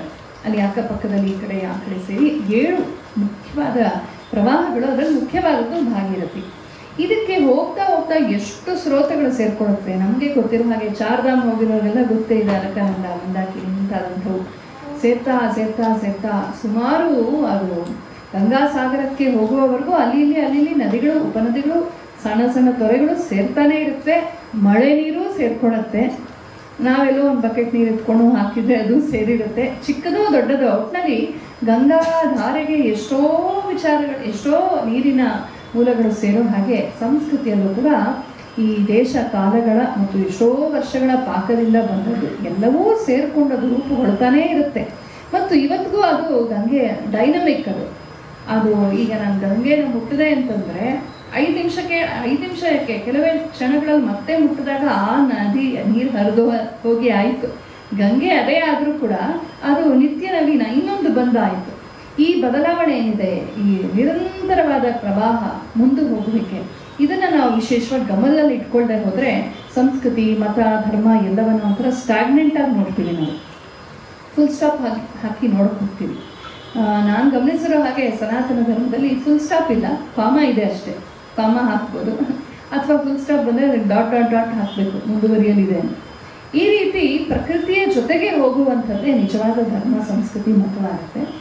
ಮತ ಮತ್ತು ಧರ್ಮದ ವ್ಯತ್ಯಾಸವನ್ನು ತುಂಬ ಚೆನ್ನಾಗಿ ಹೇಳಿದ್ದಾರೆ. ಜೊತೆಗೆ ಹೇಗೆ ಅದಕ್ಕೆ ಒಂದು ಅಪಚಾರವಾಗಿದೆ, ಹೆಚ್ಚಾಗಿ ಆಂಗ್ಲರು ಮಾಡಿರುವಂಥ ಒಂದು ಹೇಸ್ಟಿ ಆ್ಯಂಡ್ ಡಿಸಾನೆಸ್ಟ್ ಅನುವಾದ ಏನಿದೆ, ಅಪ್ರಾಮಾಣಿಕವಾದಂಥ ಅನುವಾದದಿಂದ ಆಗಿದೆ, ಅದನ್ನು ನಮ್ಮೂರೂ ಮಾಡಿದ್ದಾರೆ ಅನ್ನೋದಕ್ಕೆ ಕೆಲವು ಉದಾಹರಣೆಗಳನ್ನು ಕೊಡ್ತಾರೆ. ಅದೇನಾಗುತ್ತೆ ಅಂದರೆ, ಒಂದು ಸಂಕುಚಿತವಾದ ಕಣ್ಕಾಪಿನ ದೃಷ್ಟಿಕೋನದಿಂದ ನಾವು ನೋಡಿದಾಗ ಧರ್ಮ ಸಂಸ್ಕೃತಿಗಳನ್ನು ಈ ಥರ ನಮ್ಮ ಮೂಗಿನ ನೇರಕ್ಕೆ ವ್ಯಾಖ್ಯಾನ ಮಾಡ್ತೀವಿ. ಅದು ತಪ್ಪು ಅಂತಲ್ಲ, ಆದರೆ ನಮ್ಮ ಮೂಗಿನ ನೇರಕ್ಕಿರೋದ್ರಿಂದ ನಮ್ಮ ವಲಯಕ್ಕೆ ಮಾತ್ರ ಅದು ಸೀಮಿತವಾಗುತ್ತೆ. ಉದಾತ್ತವಾದ ರೀತಿಯಲ್ಲಿ ಧರ್ಮ ಸಂಸ್ಕೃತಿಗಳನ್ನು ಹೇಳಬೇಕು ಅಂದರೆ ನಾವು ಸ್ವಲ್ಪ ಕಣ್ಕಾಪುಗಳನ್ನು ಬಿಟ್ಟು ಉದಾರವಾಗಿ ನೋಡಬೇಕಾಗುತ್ತೆ. ಅದೆಲ್ಲವನ್ನು ಇವರು ಆದಷ್ಟು ತುಂಬ ಚೆನ್ನಾಗಿ ವಿಚಾರಗಳನ್ನು ಸಂಗ್ರಹ ಮಾಡಿ ಒಟ್ಟಿಗೆ ಹೇಳ್ಕೊಂಡು ಹೋಗ್ತಾರೆ. ಧರ್ಮದ ನಿರ್ವಚನಗಳನ್ನು ಸುಮಾರು ಓದೋಕ್ಕೆ ಪ್ರಯತ್ನ ಪಟ್ಟಿದ್ದಾರೆ. ಅದು ನನಗೆ ತುಂಬ ಇಷ್ಟವಾಯಿತು. ಸ್ವತಃ ಸಂಸ್ಕೃತದ ವಿದ್ಯಾರ್ಥಿನಿ ನಾನು. ಯಾವುದೇ ಪದವನ್ನು ನಾವು ವಿಶ್ಲೇಷಣೆ ಮಾಡುವ ಮುಂಚೆ ಆ ಪದ ಎಲ್ಲಿ ಬಂತು, ಯಾರು ಹುಟ್ಟಿಸಿದ್ರು, ಯಾಕೆ ಹುಟ್ಟಿಸಿದ್ರು, ಅದರ ಉದ್ದೇಶ ಏನು, ಅದರ ಅನ್ವಯ ಏನು ಅಂತ ತಿಳ್ಕೊಳ್ಳದೆ ನಮಗೆ ತೋಚಿದ ಹಾಗೆ ಹೇಳೋದು ತುಂಬ ತಪ್ಪಾಗುತ್ತೆ. ಆ ದೃಷ್ಟಿಯಿಂದ ಈ ಎಲ್ಲ ಪದಗಳು ಸಂಸ್ಕೃತ ಮೂಲ ಪದಗಳು, ಈ ಸಂಸ್ಕೃತ ಮೂಲ ಅಲ್ಲದೆ ಶಾಸ್ತ್ರ ಮೂಲ ಪದಗಳು. ಹಾಗಾಗಿ ಶಾಸ್ತ್ರಕ್ಕೂ ಸಂಸ್ಕೃತಕ್ಕೂ ಹೋಗಿ ಮೂಲಾರ್ಥ ಏನು, ಅದರ ಮೂಲ ಧಾತು ಏನು, ಅದಕ್ಕೆ ಹೇಗೆ ಪ್ರತ್ಯಯಗಳು ಸೇರಿದ್ವು, ಯಾವ ಅರ್ಥದಲ್ಲಿ ಸೇರಿದ್ವು, ಮುಂದೆ ಅದಕ್ಕೆ ಹೇಗೆ ಆಯಾಮಗಳು ಬೆಳೆದ್ವು, ಇದನ್ನು ನೋಡದೆ ಹೋದರೆ ಅಪ್ರಾಮಾಣಿಕವಾಗುತ್ತೆ. ಆ ದೃಷ್ಟಿಯಿಂದ ನಮ್ಮ ಧರ್ಮದ ಒಂದು ಜಿಜ್ಞಾಸೆಗೆ, ಸನಾತನ ಧರ್ಮದ ಬೌದ್ಧ, ಜೈನ, ಸನಾತನ, ಭಾರತ ಮೂಲದ ಯಾವುದೇ ಮತಪಂಥಗಳ ಜಿಜ್ಞಾಸೆಗೆ ಬಹುಮಟ್ಟಿಗೆ ಸಂಸ್ಕೃತ ಭಾಷೆ ಮತ್ತು ಶಾಸ್ತ್ರಗಳು ಬಹಳ ಮುಖ್ಯ ಅಂತ ಅನಿಸ್ಕೊಳುತ್ತೆ. ಶಾಸ್ತ್ರಜ್ಞಾನ ಎಂದರೆ ಸಂಸ್ಕೃತ ಗೊತ್ತಿದ್ದರೆ ಮೋಕ್ಷ ಸಿಕ್ಕಲ್ಲ, ಮೋಕ್ಷ ಸಿಕ್ಕತ್ತೆ, ಆದರೆ ಧರ್ಮದ ಜಿಜ್ಞಾಸೆ ಸರಿಯಾಗಿ ನಡೆಯಲ್ಲ. ಧರ್ಮಾರ್ಥ ಕಾಮಗಳು ಈ ಪ್ರಪಂಚದ ನೆಲೆಯಲ್ಲಿ ನಡಿಬೇಕಲ್ಲ. ಮೋಕ್ಷ ಅನ್ನೋದು ಅಂತರಂಗದ ಪಾಕದಲ್ಲಿ ಬರುವಂಥದ್ದು, ಅನುಭೂತಿ ಬೇರೆ. ಹಾಗಾಗಿ ಅದನ್ನು ಅವರು ಮಾಡಿದ್ದಾರೆ. ಅವರು ಸ್ವತಃ ಸಂಸ್ಕೃತ ವಿದ್ವಾಂಸರು ಏನೋ ಗೊತ್ತಿಲ್ಲ, ಆದರೆ ಬಹಳ ಚೆನ್ನಾಗಿ ಮೂಲಗಳಿಂದ ತೆಗೆದು ಯಾವ್ಯಾವುದು ನಮಗೆ ಬಹಳ ಮುಖ್ಯ ಅಂತ ಅನಿಸುತ್ತೋ ಆ ಆಧಾರಗಳನ್ನು ತುಂಬ ಚೆನ್ನಾಗಿ ಹೇಳೋದು. ಮಧ್ಯೆ ಮಧ್ಯೆ ಈ ಥರ ನಮಗೆ ಅರ್ಥ ಆಗುವಂಥ ಬಹಳ ಸರಳವಾದಂಥ ಉದಾಹರಣೆಗಳನ್ನು, ದಿನನಿತ್ಯಕ್ಕೆ ಬೇಕಾಗುವಂಥ ಉದಾಹರಣೆಗಳನ್ನು ಕೂಡ ಸೇರಿಸ್ಕೊಂಡು ಅದನ್ನು ಬಹಳ ಚೆನ್ನಾಗಿ ಹೇಳ್ಕೊಂಡು ಹೋಗಿದ್ದಾರೆ. ಸಂಸ್ಕೃತಿಯ ಬಗ್ಗೆ ಪ್ರಾರಂಭದಲ್ಲಿ ಹೇಳ್ತಾ ಅವರು ಪ್ರಕೃತಿ, ವಿಕೃತಿ, ಸಂಸ್ಕೃತಿ ಅನ್ನೋ ಪದಗಳನ್ನೆಲ್ಲ ಬಳಸ್ತಾರೆ. ಇದನ್ನೆಲ್ಲ ನಾವು ಸಾಕಷ್ಟು ಕೇಳಿರ್ಬೋದು. ನಮ್ಮ ಪೂಜ್ಯ ಸ್ವಾಮಿ ಹರ್ಷಾನಂದರು ಕೂಡ ಹೇಳೋರು. ಒಂದು ಕಲ್ಲಿದ್ರೆ ಅದು ಪ್ರಕೃತಿ ತನ್ನ ಪಾಡಿಗೆ ತಾನಿದೆ, ಅದಕ್ಕೊಂದು ಆಕೃತಿ ಇದೆ, ಒಂಥರ ಅಬ್ಸ್ಟ್ರಾಕ್ಟ್ ಆಗಿರ್ಬೋದು, ಅದರ ಒಂದು ಆಕೃತಿ ಇದೆ. ಅದನ್ನೊಂದು ಶಿಲ್ಪಿಯ ಕೈಯಲ್ಲಿ ಕೊಟ್ಟರೆ ಅದಕ್ಕೊಂದು ಸುಂದರವಾದ ರೂಪ ಕೊಡ್ತಾನೆ, ಅಥವಾ ಇರುವ ರೂಪವನ್ನು ಚಿಸಲ್ ಆಫ್ ಮಾಡ್ತಾನೆ. ಆ್ಯಕ್ಚುಲಿ ಅದೇನು ಕೊಡಲ್ಲ ರೂಪ, ಅದರಲ್ಲೇನೋ ರೂಪವನ್ನು ಗುರುತಿಸಿ ಬೇಡದ ಅಂಶಗಳನ್ನು ತೆಗೆದಾಗ ಅದೊಂದು ಸುಂದರ ರೂಪವಾಗಿ ಕಾಣಿಸುತ್ತೆ. ಅದು ಸಂಸ್ಕೃತಿ. ಅದು ಇನ್ಯಾರೋ ವ್ಯಕ್ತಿಯ ಕೈ ಕೊಟ್ಟರೆ ಅವನು ಅದನ್ನು ಕೆಳಗೆ ಅಪ್ಪಳಿಸ್ತಾನೆ, ಅದು ಪುಡಿ ಆಗುತ್ತೆ. ಅದು ವಿಕೃತಿ. ವಿಕೃತಿ ಅಂದರೆ ಚೇಂಜ್ ಅಂತಷ್ಟೇ ಅರ್ಥ. ಹಾಗಾಗಿ ವಿಕೃತಿ, ಆಕೃತಿ, ಸಂಸ್ಕೃತಿ, ಪ್ರಕೃತಿ ಈ ಪದಗಳ ಮೂಲಕ್ಕೆ ಹೋಗಿ ಒಂದು ಸಣ್ಣ ವಿಶ್ಲೇಷಣೆಯನ್ನು ಮಾಡ್ತಾರೆ. ಈ ರೀತಿ ನಾವು ಪದಗಳ ಒಳಹೊಕ್ಕು ಮತ್ತು ಆ ಪದಗಳನ್ನು ಯಾವ ಕಾಂಟೆಕ್ಸ್ಟಲ್ಲಿ ಎಲ್ಲಿ ಬಳಸಲಾಗಿದೆ, ಯಾರು ಬಳಸಿದ್ದಾರೆ, ಯಾಕೆ ಬಳಸಿದ್ದಾರೆ, ಎಲ್ಲೆಲ್ಲಿ ಬಳಸಿದ್ದಾರೆ, ಯಾವ್ಯಾವ ವ್ಯತ್ಯಾಸವನ್ನು ಇಟ್ಕೊಂಡು ಬಳಸಿದ್ದಾರೆ, ಸಂದರ್ಭ ಏನು, ದೇಶ ಕಾಲಗಳೇನು, ಇದನ್ನೆಲ್ಲ ನಾವು ಮನಸ್ಸಲ್ಲಿ ಇಟ್ಕೋಬೇಕಾಗತ್ತೆ. ನೋಡಿ, ಈಗ ಸಂಪ್ರದಾಯ ಅಂತ ತುಂಬ ಒಳ್ಳೆ ಪದ ಇದೆ ಅಲ್ವಾ? ಸಮ್ಯಕ್ ಪ್ರಕೃಷ್ಟೇನ ದೀಯತೆ ಅಂತ, ಅದು ತುಂಬ ಚೆನ್ನಾಗಿ. ದಾಯ ಅಂದರೆ ಭಾಗ ಅಂತ, ಶೇರ್ ಅಂತ ಚೆನ್ನಾಗಿ ಅದು ಮೊದಲಿಂದ ಕೊಡ್ತಾ ಶೇರ್ ಮಾಡಿಕೊಂಡು ಪೀಳಿಗೆಯಿಂದ ಪೀಳಿಗೆ ನಮಗ್ವರೆಗೂ ಬಂದಿದೆ ಅನ್ನೋ ಒಳ್ಳೆಯ ಅರ್ಥ ಇದೆ. ಆದರೆ ನೀವು ನಮ್ಮ ಹಿಂದಿ ಚಾನೆಲ್ಸಲ್ಲೆಲ್ಲ ನೋಡಿರ್ಬೋದು, ಸಾಂಪ್ರದಾಯಿಕತಾ ಸೇ ದೂರ ರೆಹನಾ ಚಾಹಿಯೆ ಅಂತ ಬಳಸ್ತಾರೆ ಅಲ್ವಾ? ಸಾಂಪ್ರದಾಯಿಕತಾ ಅಂದರೆ ಅವ್ರ ಪ್ರಕಾರ ಮತೀಯತೆ.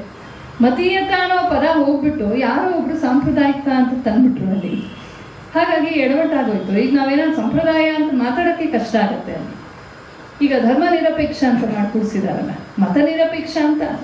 ನಿರಪೇಕ್ಷ ಅಂತ ಹೇಳೋ ಬದಲು ಒಂದು ಸಮಾನತೆ, ಬೇರೆ ಏನೋ ಪದ ಬಳಸಬೇಕಾಗಿತ್ತು. ಪದಗಳು ವ್ಯತ್ಯಾಸವಾದಾಗ ಆ ಪದ ಅನ್ನೋದು ಯಾವುದೋ ಒಂದು ದೊಡ್ಡ ಕಾನ್ಸೆಪ್ಟ್ಗೆ ಅಥವಾ ಯಾವುದೋ ಒಂದು ಸತ್ಯಕ್ಕೆ ಕೀಲಿಕೈಯಾಗಿರುತ್ತೆ. ಆ ಪದವನ್ನು ಕಳ್ಕೊಂಡ ತಕ್ಷಣ ಆ ಕಾನ್ಸೆಪ್ಟ್ ಕೂಡ ನಮಗೆ ಡಿಸ್ಟಾರ್ಟರ್ ಆಗುತ್ತೆ. ಹಾಗಾಗಿ ಇವರು ಆ ಪದಗಳ ಮೂಲ ಏನು, ಹೇಗೆ ಬಂದು ಅವನ್ನೆಲ್ಲ ತುಂಬ ಚೆನ್ನಾಗಿ ಹೇಳಿದ್ದಾರೆ. ಈ ರೀತಿ ಒಂದು ವಿಚಾರವನ್ನು ಅಧ್ಯಯನ ಮಾಡಿದ್ರೆ ಚಿಕ್ಕವರಿಗೆ ವಿಶೇಷವಾಗಿ ತುಂಬ ಕ್ಲಾರಿಟಿ ಸಿಕ್ಕುತ್ತೆ. ಇದೆಲ್ಲ ವಯಸ್ಸಾದ ಮೇಲೆ ಅಲ್ಲ, ಚಿಕ್ಕವರಿಗೆ ಬೇಕು ಅಂತ ನನಗೆ ಅನಿಸುತ್ತೆ. ನಮ್ಮ ಹೈಸ್ಕೂಲ್ ಮಕ್ಕಳು, ಕಾಲೇಜ್ ಮಕ್ಕಳು, ಅಯ್ಯೋ ಅವ್ರಿಗೆಲ್ಲ ಅರ್ಥ ಆಗಲ್ಲ ಅಂತ ಸುಳ್ಳು. ನಾನು ಯಾವಾಗಲೂ ಯುವಜನರ ಜೊತೆಯಲ್ಲೇ ಕೆಲಸ ಮಾಡೋದು. ಹಾಗಾಗಿ ಸಾಕಷ್ಟು ಯಂಗ್ಸ್ಟರ್ಸ್ ನಮ್ಮ ಜೊತೆ ಇರ್ತಾರೆ. ಅವ್ರಿಗೆ ಹೇಳಬೇಕಾದ ರೀತಿಯಲ್ಲಿ ಹೇಳಬೇಕು. ಆ ಒಂದು ಮೂಲದ ಒಂದು ನಿರ್ವಚನಗಳೇನಿದೆ ಅದನ್ನೂ ಪರಿಚಯಿಸ್ತಾ ಇವತ್ತಿನ ಜೀವನದ ಘಟನೆಗಳು, ಆಗು ಹೋಗುಗಳು, ಅದರ ಅನ್ವಯ, ಇದನ್ನು ಒಂದು ಸ್ವಲ್ಪ ಎಲ್ಲೋ ಒಂದು ಕಡೆ ಕನೆಕ್ಟ್ ಮಾಡುವ ಒಂದು ಸರಳವಾದ, ತಿಳಿಯಾದ, ಹೆಚ್ಚು ವಿದ್ವತ್ತಿನ ಭಾರವಿಲ್ಲದ, ಆದರೆ ಹಾಗೆ ಅಂತ ಡೈಲ್ಯೂಟ್ ಮಾಡದೆ ಮಾಡುವಂತಹ ಪ್ರಯತ್ನವನ್ನು ಮಾಡಬೇಕಾಗಿದೆ ಶಿಕ್ಷಕರು, ಪೋಷಕರು. ಅದನ್ನು ಶ್ರೀ ರಂಗಹರಿ ಅವರು ಬಹಳ ಸಮರ್ಥವಾಗಿ ಮಾಡಿದ್ದಾರೆ ಅಂತ ಅನಿಸುತ್ತೆ. ಬಹಳ ಸೊಗಸಾದ ಪುಸ್ತಕ, ವಿವರವಾಗಿ ನೋಡ್ಕೋಬೇಕು ಅಂತ ನನಗೂ ಅನ್ನಿಸ್ತಾ ಇದೆ. ಮತ್ತು ಸಾಕಷ್ಟು ಅಂಡರ್ಲೈನ್ ಮಾಡಿಕೊಂಡು ಕೆಲವಾರು ಪದಗಳನ್ನು, ಕೆಲವಾರು ಮಾತುಗಳನ್ನು, ಅವರು ಕೊಟ್ಟಿರೋ ಉದಾಹರಣೆಗಳು, ಅವರ ವಿಶಾಲವಾದ ಅಧ್ಯಯನ ಮತ್ತು ಅವರ ಅಬ್ಸರ್ವೇಷನ್, ಜೀವನವನ್ನು ತುಂಬ ಚೆನ್ನಾಗಿ ಅಬ್ಸರ್ವ್ ಮಾಡಿದ್ದಾರೆ. ಮತ್ತು ಪಂಡಿತರು ಹೇಳಿದ ಹಾಗೆ ಯಾರಿಗೆ ಹೇಳ್ತಾ ಇದ್ದೀನಿ ಇದು ಅನ್ನೋ ಸ್ಪಷ್ಟತೆ ಅವ್ರಿಗಿದೆ. ಹಾಗಾಗಿ ಒಳ್ಳೆಯ ಪುಸ್ತಕ, ಇಷ್ಟವಾಯಿತು. ಮತ್ತು ಧರ್ಮ ಸಂಸ್ಕೃತಿಗಳ ಮೀಮಾಂಸೆ ಮಾಡಬೇಕಾದ ಸಂದರ್ಭ ಈಗ ಬಂದಿದೆ. ನಾವು ಸುಮ್ಮನೆ ಇರೋದ್ರಿಂದ ಯಾರ್ಯಾರೋ ಬಾಯಿಗೆ ಬಂದಂಗೆ ಅದರ ವ್ಯಾಖ್ಯಾನ, ಅಪವ್ಯಾಖ್ಯಾನಗಳು ನಡೀತಾ ಇರೋದ್ರಿಂದ ಸುಮ್ಮನೆ ಇದ್ದರೆ ಹೀಗೆ ಮುಂದುವರಿಯುತ್ತೆ. ಈಗ ನಾವು ನಿಂತು ನಮ್ಮ ಇನ್ಸೈಡರ್ ವ್ಯೂ ಏನಿದೆ, ಧರ್ಮ ಸಂಸ್ಕೃತಿಗಳು ಯಾರು ಬೇಕೋ, ಯಾರು ಪಾಲಿಸ್ತಾ ಇದ್ದಾರೋ ಅಥವಾ ಪಾಲಿಸ್ತಾ ಇದ್ದೀವಿ ಅನ್ನೋ ಒಂದು ಆಸ್ತಿಕತೆ ಇಟ್ಕೊಂಡಿದ್ದೀವೋ, ನಮ್ಮ ಕಡೆಯಿಂದ ಕೂಡ ಒಂದು ನ್ಯಾರೇಟಿವ್ ಆಚೆ ಬರಬೇಕಾಗಿದೆ. ಒಂದೇ ಕಡೆ ಆಗೋಯ್ತು, ಆಚೆದೇ ಆಗೋಯ್ತು. ಮತ್ತು ನಮ್ಮಲ್ಲೂ ವಿಮರ್ಶೆ ಇರಬಾರ್ದು ಅಂತ ಹೇಳಲ್ಲ, ಆತ್ಮವಿಮರ್ಶೆ ಬೇಕು, ಬಟ್ ಅದು ಕನ್ಸ್ಟ್ರಕ್ಟಿವ್ ಕ್ರಿಟಿಸಿಸಮ್ ಆಗಬೇಕು. ನಮ್ಮಲ್ಲಿ ಬರೀ ದೋಷನೇ ನೋಡ್ಕೊಂಡು ನಾವು ಸರಿ ಇಲ್ಲ, ನಾವು ಸರಿ ಇಲ್ಲ, ನಾವು ಸರಿ ಇಲ್ಲ, ನಾವು ಸರಿ ಇಲ್ಲ ಅಂತ ಹೇಳಿ ಅದೊಂಥರ ಕೀಳರಿಮೆಗೆ ಹೋಗಿ ನಮ್ಮ ಬಗ್ಗೆ ನಮಗೆ ಡಿಸ್ಗಸ್ಟ್, ಜಿಗುಪ್ಸೆ ಮೂಡುವಂಥ ಹಂತಕ್ಕೆ ಹೋಗಬಾರ್ದು. ಹಾಗಾಗಿ ನಮ್ಮ ಎಲ್ಲ ಆಚಾರ ವಿಚಾರಗಳ ಹಿನ್ನೆಲೆಯಲ್ಲಿ ಇದರ ಮೂಲ ಎಲ್ಲಿದೆ, ಎಲ್ಲಿಂದ ಬಂತು, ಹೇಗೆ ಬಂತು, ಯಾಕೆ ಬಂತು, ಹೇಗೆ ಉಳಿಯಿತು, ಎಷ್ಟೋ ಹೋಗಿವೆ ಕೂಡ, ಅದನ್ನು ಒಪ್ಕೊಳ್ಳೋಣ. ಕಾಲಗರ್ಭದಲ್ಲಿ ಎಷ್ಟೋ ಹೋಗಿವೆ ಕೂಡ, ಕೆಲವು ಉಳ್ಕೊಂಡಿವೆ. ಯಾಕೆ ಉಳ್ಕೊಂಡಿವೆ? ಸಾವಿರಾರು ವರ್ಷಗಳಿಂದ ಯಾಕೆ ಉಳ್ಕೊಂಡಿವೆ? ಸಾವಿರಾರು ವರ್ಷದಲ್ಲಿ ಯಾರು ಪ್ರಾಜ್ಞರಿರ್ಲಿಲ್ವಾ? ಇದು ಚೆನ್ನಾಗಿದೆ ಅಂತಲೇ ಉಳ್ಕೊಂಡಿದೆ. ಹಾಗಾದರೆ ಯಾಕೆ ಚೆನ್ನಾಗಿದೆ, ಇದರ ಸ್ವಾರಸ್ಯ ಏನು, ವಿಶೇಷ ಏನು? ಹೀಗೆ ನಾವು ಒಂದು ವಿಮರ್ಶೆಗೆ ತೊಡಗೋದಕ್ಕೆ ಈ ಪುಸ್ತಕ ತುಂಬ ಪ್ರೇರಕವಾಗಿದೆ, ಪೂರಕವಾಗಿದೆ, ಸಹಾಯಕವಾಗಿದೆ. ಭಾಷೆ ಸರಳವಾಗಿದೆ, ತಿಳಿಯಾಗಿದೆ. ಆದರೆ ಕೊಟ್ಟಿರುವಂಥ ಮೂಲಗಳೆಲ್ಲ ಒಳ್ಳೆಯ ಶಾಸ್ತ್ರ ಮೂಲಗಳಿಂದ ಸುಮಾರು ವಿಚಾರಗಳನ್ನು ಹೇಳಿದ್ದಾರೆ. ನಮ್ಮ ದೈನಂದಿನ ಜೀವನಕ್ಕೆ ಹತ್ತಿರವಾದಂಥ ಉದಾಹರಣೆಗಳನ್ನು ಕೊಟ್ಟಿದ್ದಾರೆ. ಒಳ್ಳೆ ಟೀಚರ್ ಅವರು ಅಂತ ಅನ್ಸುತ್ತೆ. ಇಂಥವರು ಪಾಠ ಮಾಡಿದ್ರೆ ಕ್ಲಾಸಲ್ಲಿ ಬಹಳ ಇಷ್ಟ ಆಗುತ್ತೆ, ಸ್ಪಷ್ಟತೆ ಸಿಕ್ಕತ್ತೆ. ಹಾಗಾಗಿ ಪದ್ಮಾರವರು ಈ ಪುಸ್ತಕವನ್ನು ಪರಿಚಯ ಮಾಡಿಸೋದಕ್ಕೆ ವಿಶೇಷ ಧನ್ಯವಾದಗಳನ್ನು ಹೇಳ್ತೀನಿ. ನಮಸ್ಕಾರ. ನಾನು ಆಮೂಲಾಗ್ರವಾಗಿ ಓದಿಲ್ಲ ಅಂತ ಹೇಳ್ತಾನೆ ಬಹಳಷ್ಟು ವಿಚಾರಗಳನ್ನ ಕವರ್ ಮಾಡಿದ್ದಾರೆ. ಇನ್ನು ಆಮೂಲಾಗ್ರವಾಗಿ ಓದೋದು ಅಂದ್ರೆ ಏನು ಅನ್ನೋದು ನಮ್ಗೆ ಇವಾಗ ಯೋಚನೆ ಬರ್ತದೆ. ಸರ್ವಧರ್ಮ ಸಮಭಾವ ಅಂತೇಳಿ ಸಂವಿಧಾನದಲ್ಲಿ ಹೊರಗಡೆ ಮಾತಾಡ್ತಾ ಧರ್ಮ ನಿರಪೇಕ್ಷತೆ ಅಂತ ಬಳಕೆ ಮಾಡುತ್ತಾರೆ. ಆದರೆ ನಿಜವಾಗ್ಲೂ ಸರ್ಕಾರದಲ್ಲಿ ಬಳಕೆಯಲ್ಲಿರುವ ಸಂವಿಧಾನದ ಅಧಿಕೃತ ಪುಸ್ತಕದಲ್ಲಿ ಸರ್ವಧರ್ಮ ಸಮಭಾವ ಅಂತಾನೆ ಇದೆ. ಸೆಕ್ಯುಲರ್ ಅನ್ನೋದನ್ನ ಟ್ರಾನ್ಸ್ಲೇಟ್ ಮಾಡಿರೋದು ಸರ್ವಧರ್ಮ ಸಮಭಾವ ಅಂತ. ಧರ್ಮ ಅನ್ನೋದನ್ನ ಎಲ್ಲದಕ್ಕೂ ಬಳಸಬೇಕಾ ಬೇಡ ಅನ್ನೋದು ಎರಡನೇ ಪ್ರಶ್ನೆ.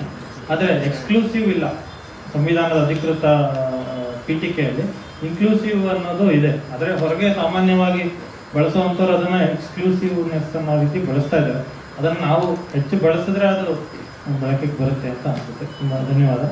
ರೋಹಿತ್ ಚಕ್ರತೀರ್ಥ ಅವರು ತಮ್ಮ ವಿಚಾರ ಮಂಡಿಸಬೇಕು. ಎಲ್ಲರಿಗೂ ನಮಸ್ಕಾರ.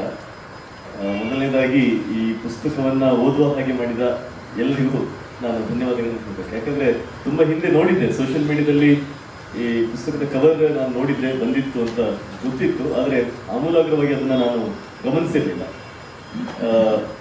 ನಾನು ರಮೇಶ್ ಅವರ ಜೊತೆ ಮಾತಾಡ್ತಿದ್ದಾಗ ಇವತ್ತು ಒಂದು ಮಾತು ಹೇಳಿದೆ. ಏನಂದ್ರೆ, ಇವತ್ತು ನಾವೆಲ್ಲರೂ ಈ ಪುಸ್ತಕದ ಗುಣಗಳನ್ನು ಹೇಳ್ತೇವೆ, ನಾನು ಸ್ವಲ್ಪ ಅದಕ್ಕೆ ಒಂದು ಬೇರೆ ರೀತಿಯ ವಿಶ್ಲೇಷಣೆಯನ್ನು ಮಾಡಬಹುದು ಅಂತ ಕೇಳಿದಾಗ ಖಂಡಿತವಾಗಿ ಮಾಡಿ ಅಂತ ಹೇಳಿದರು.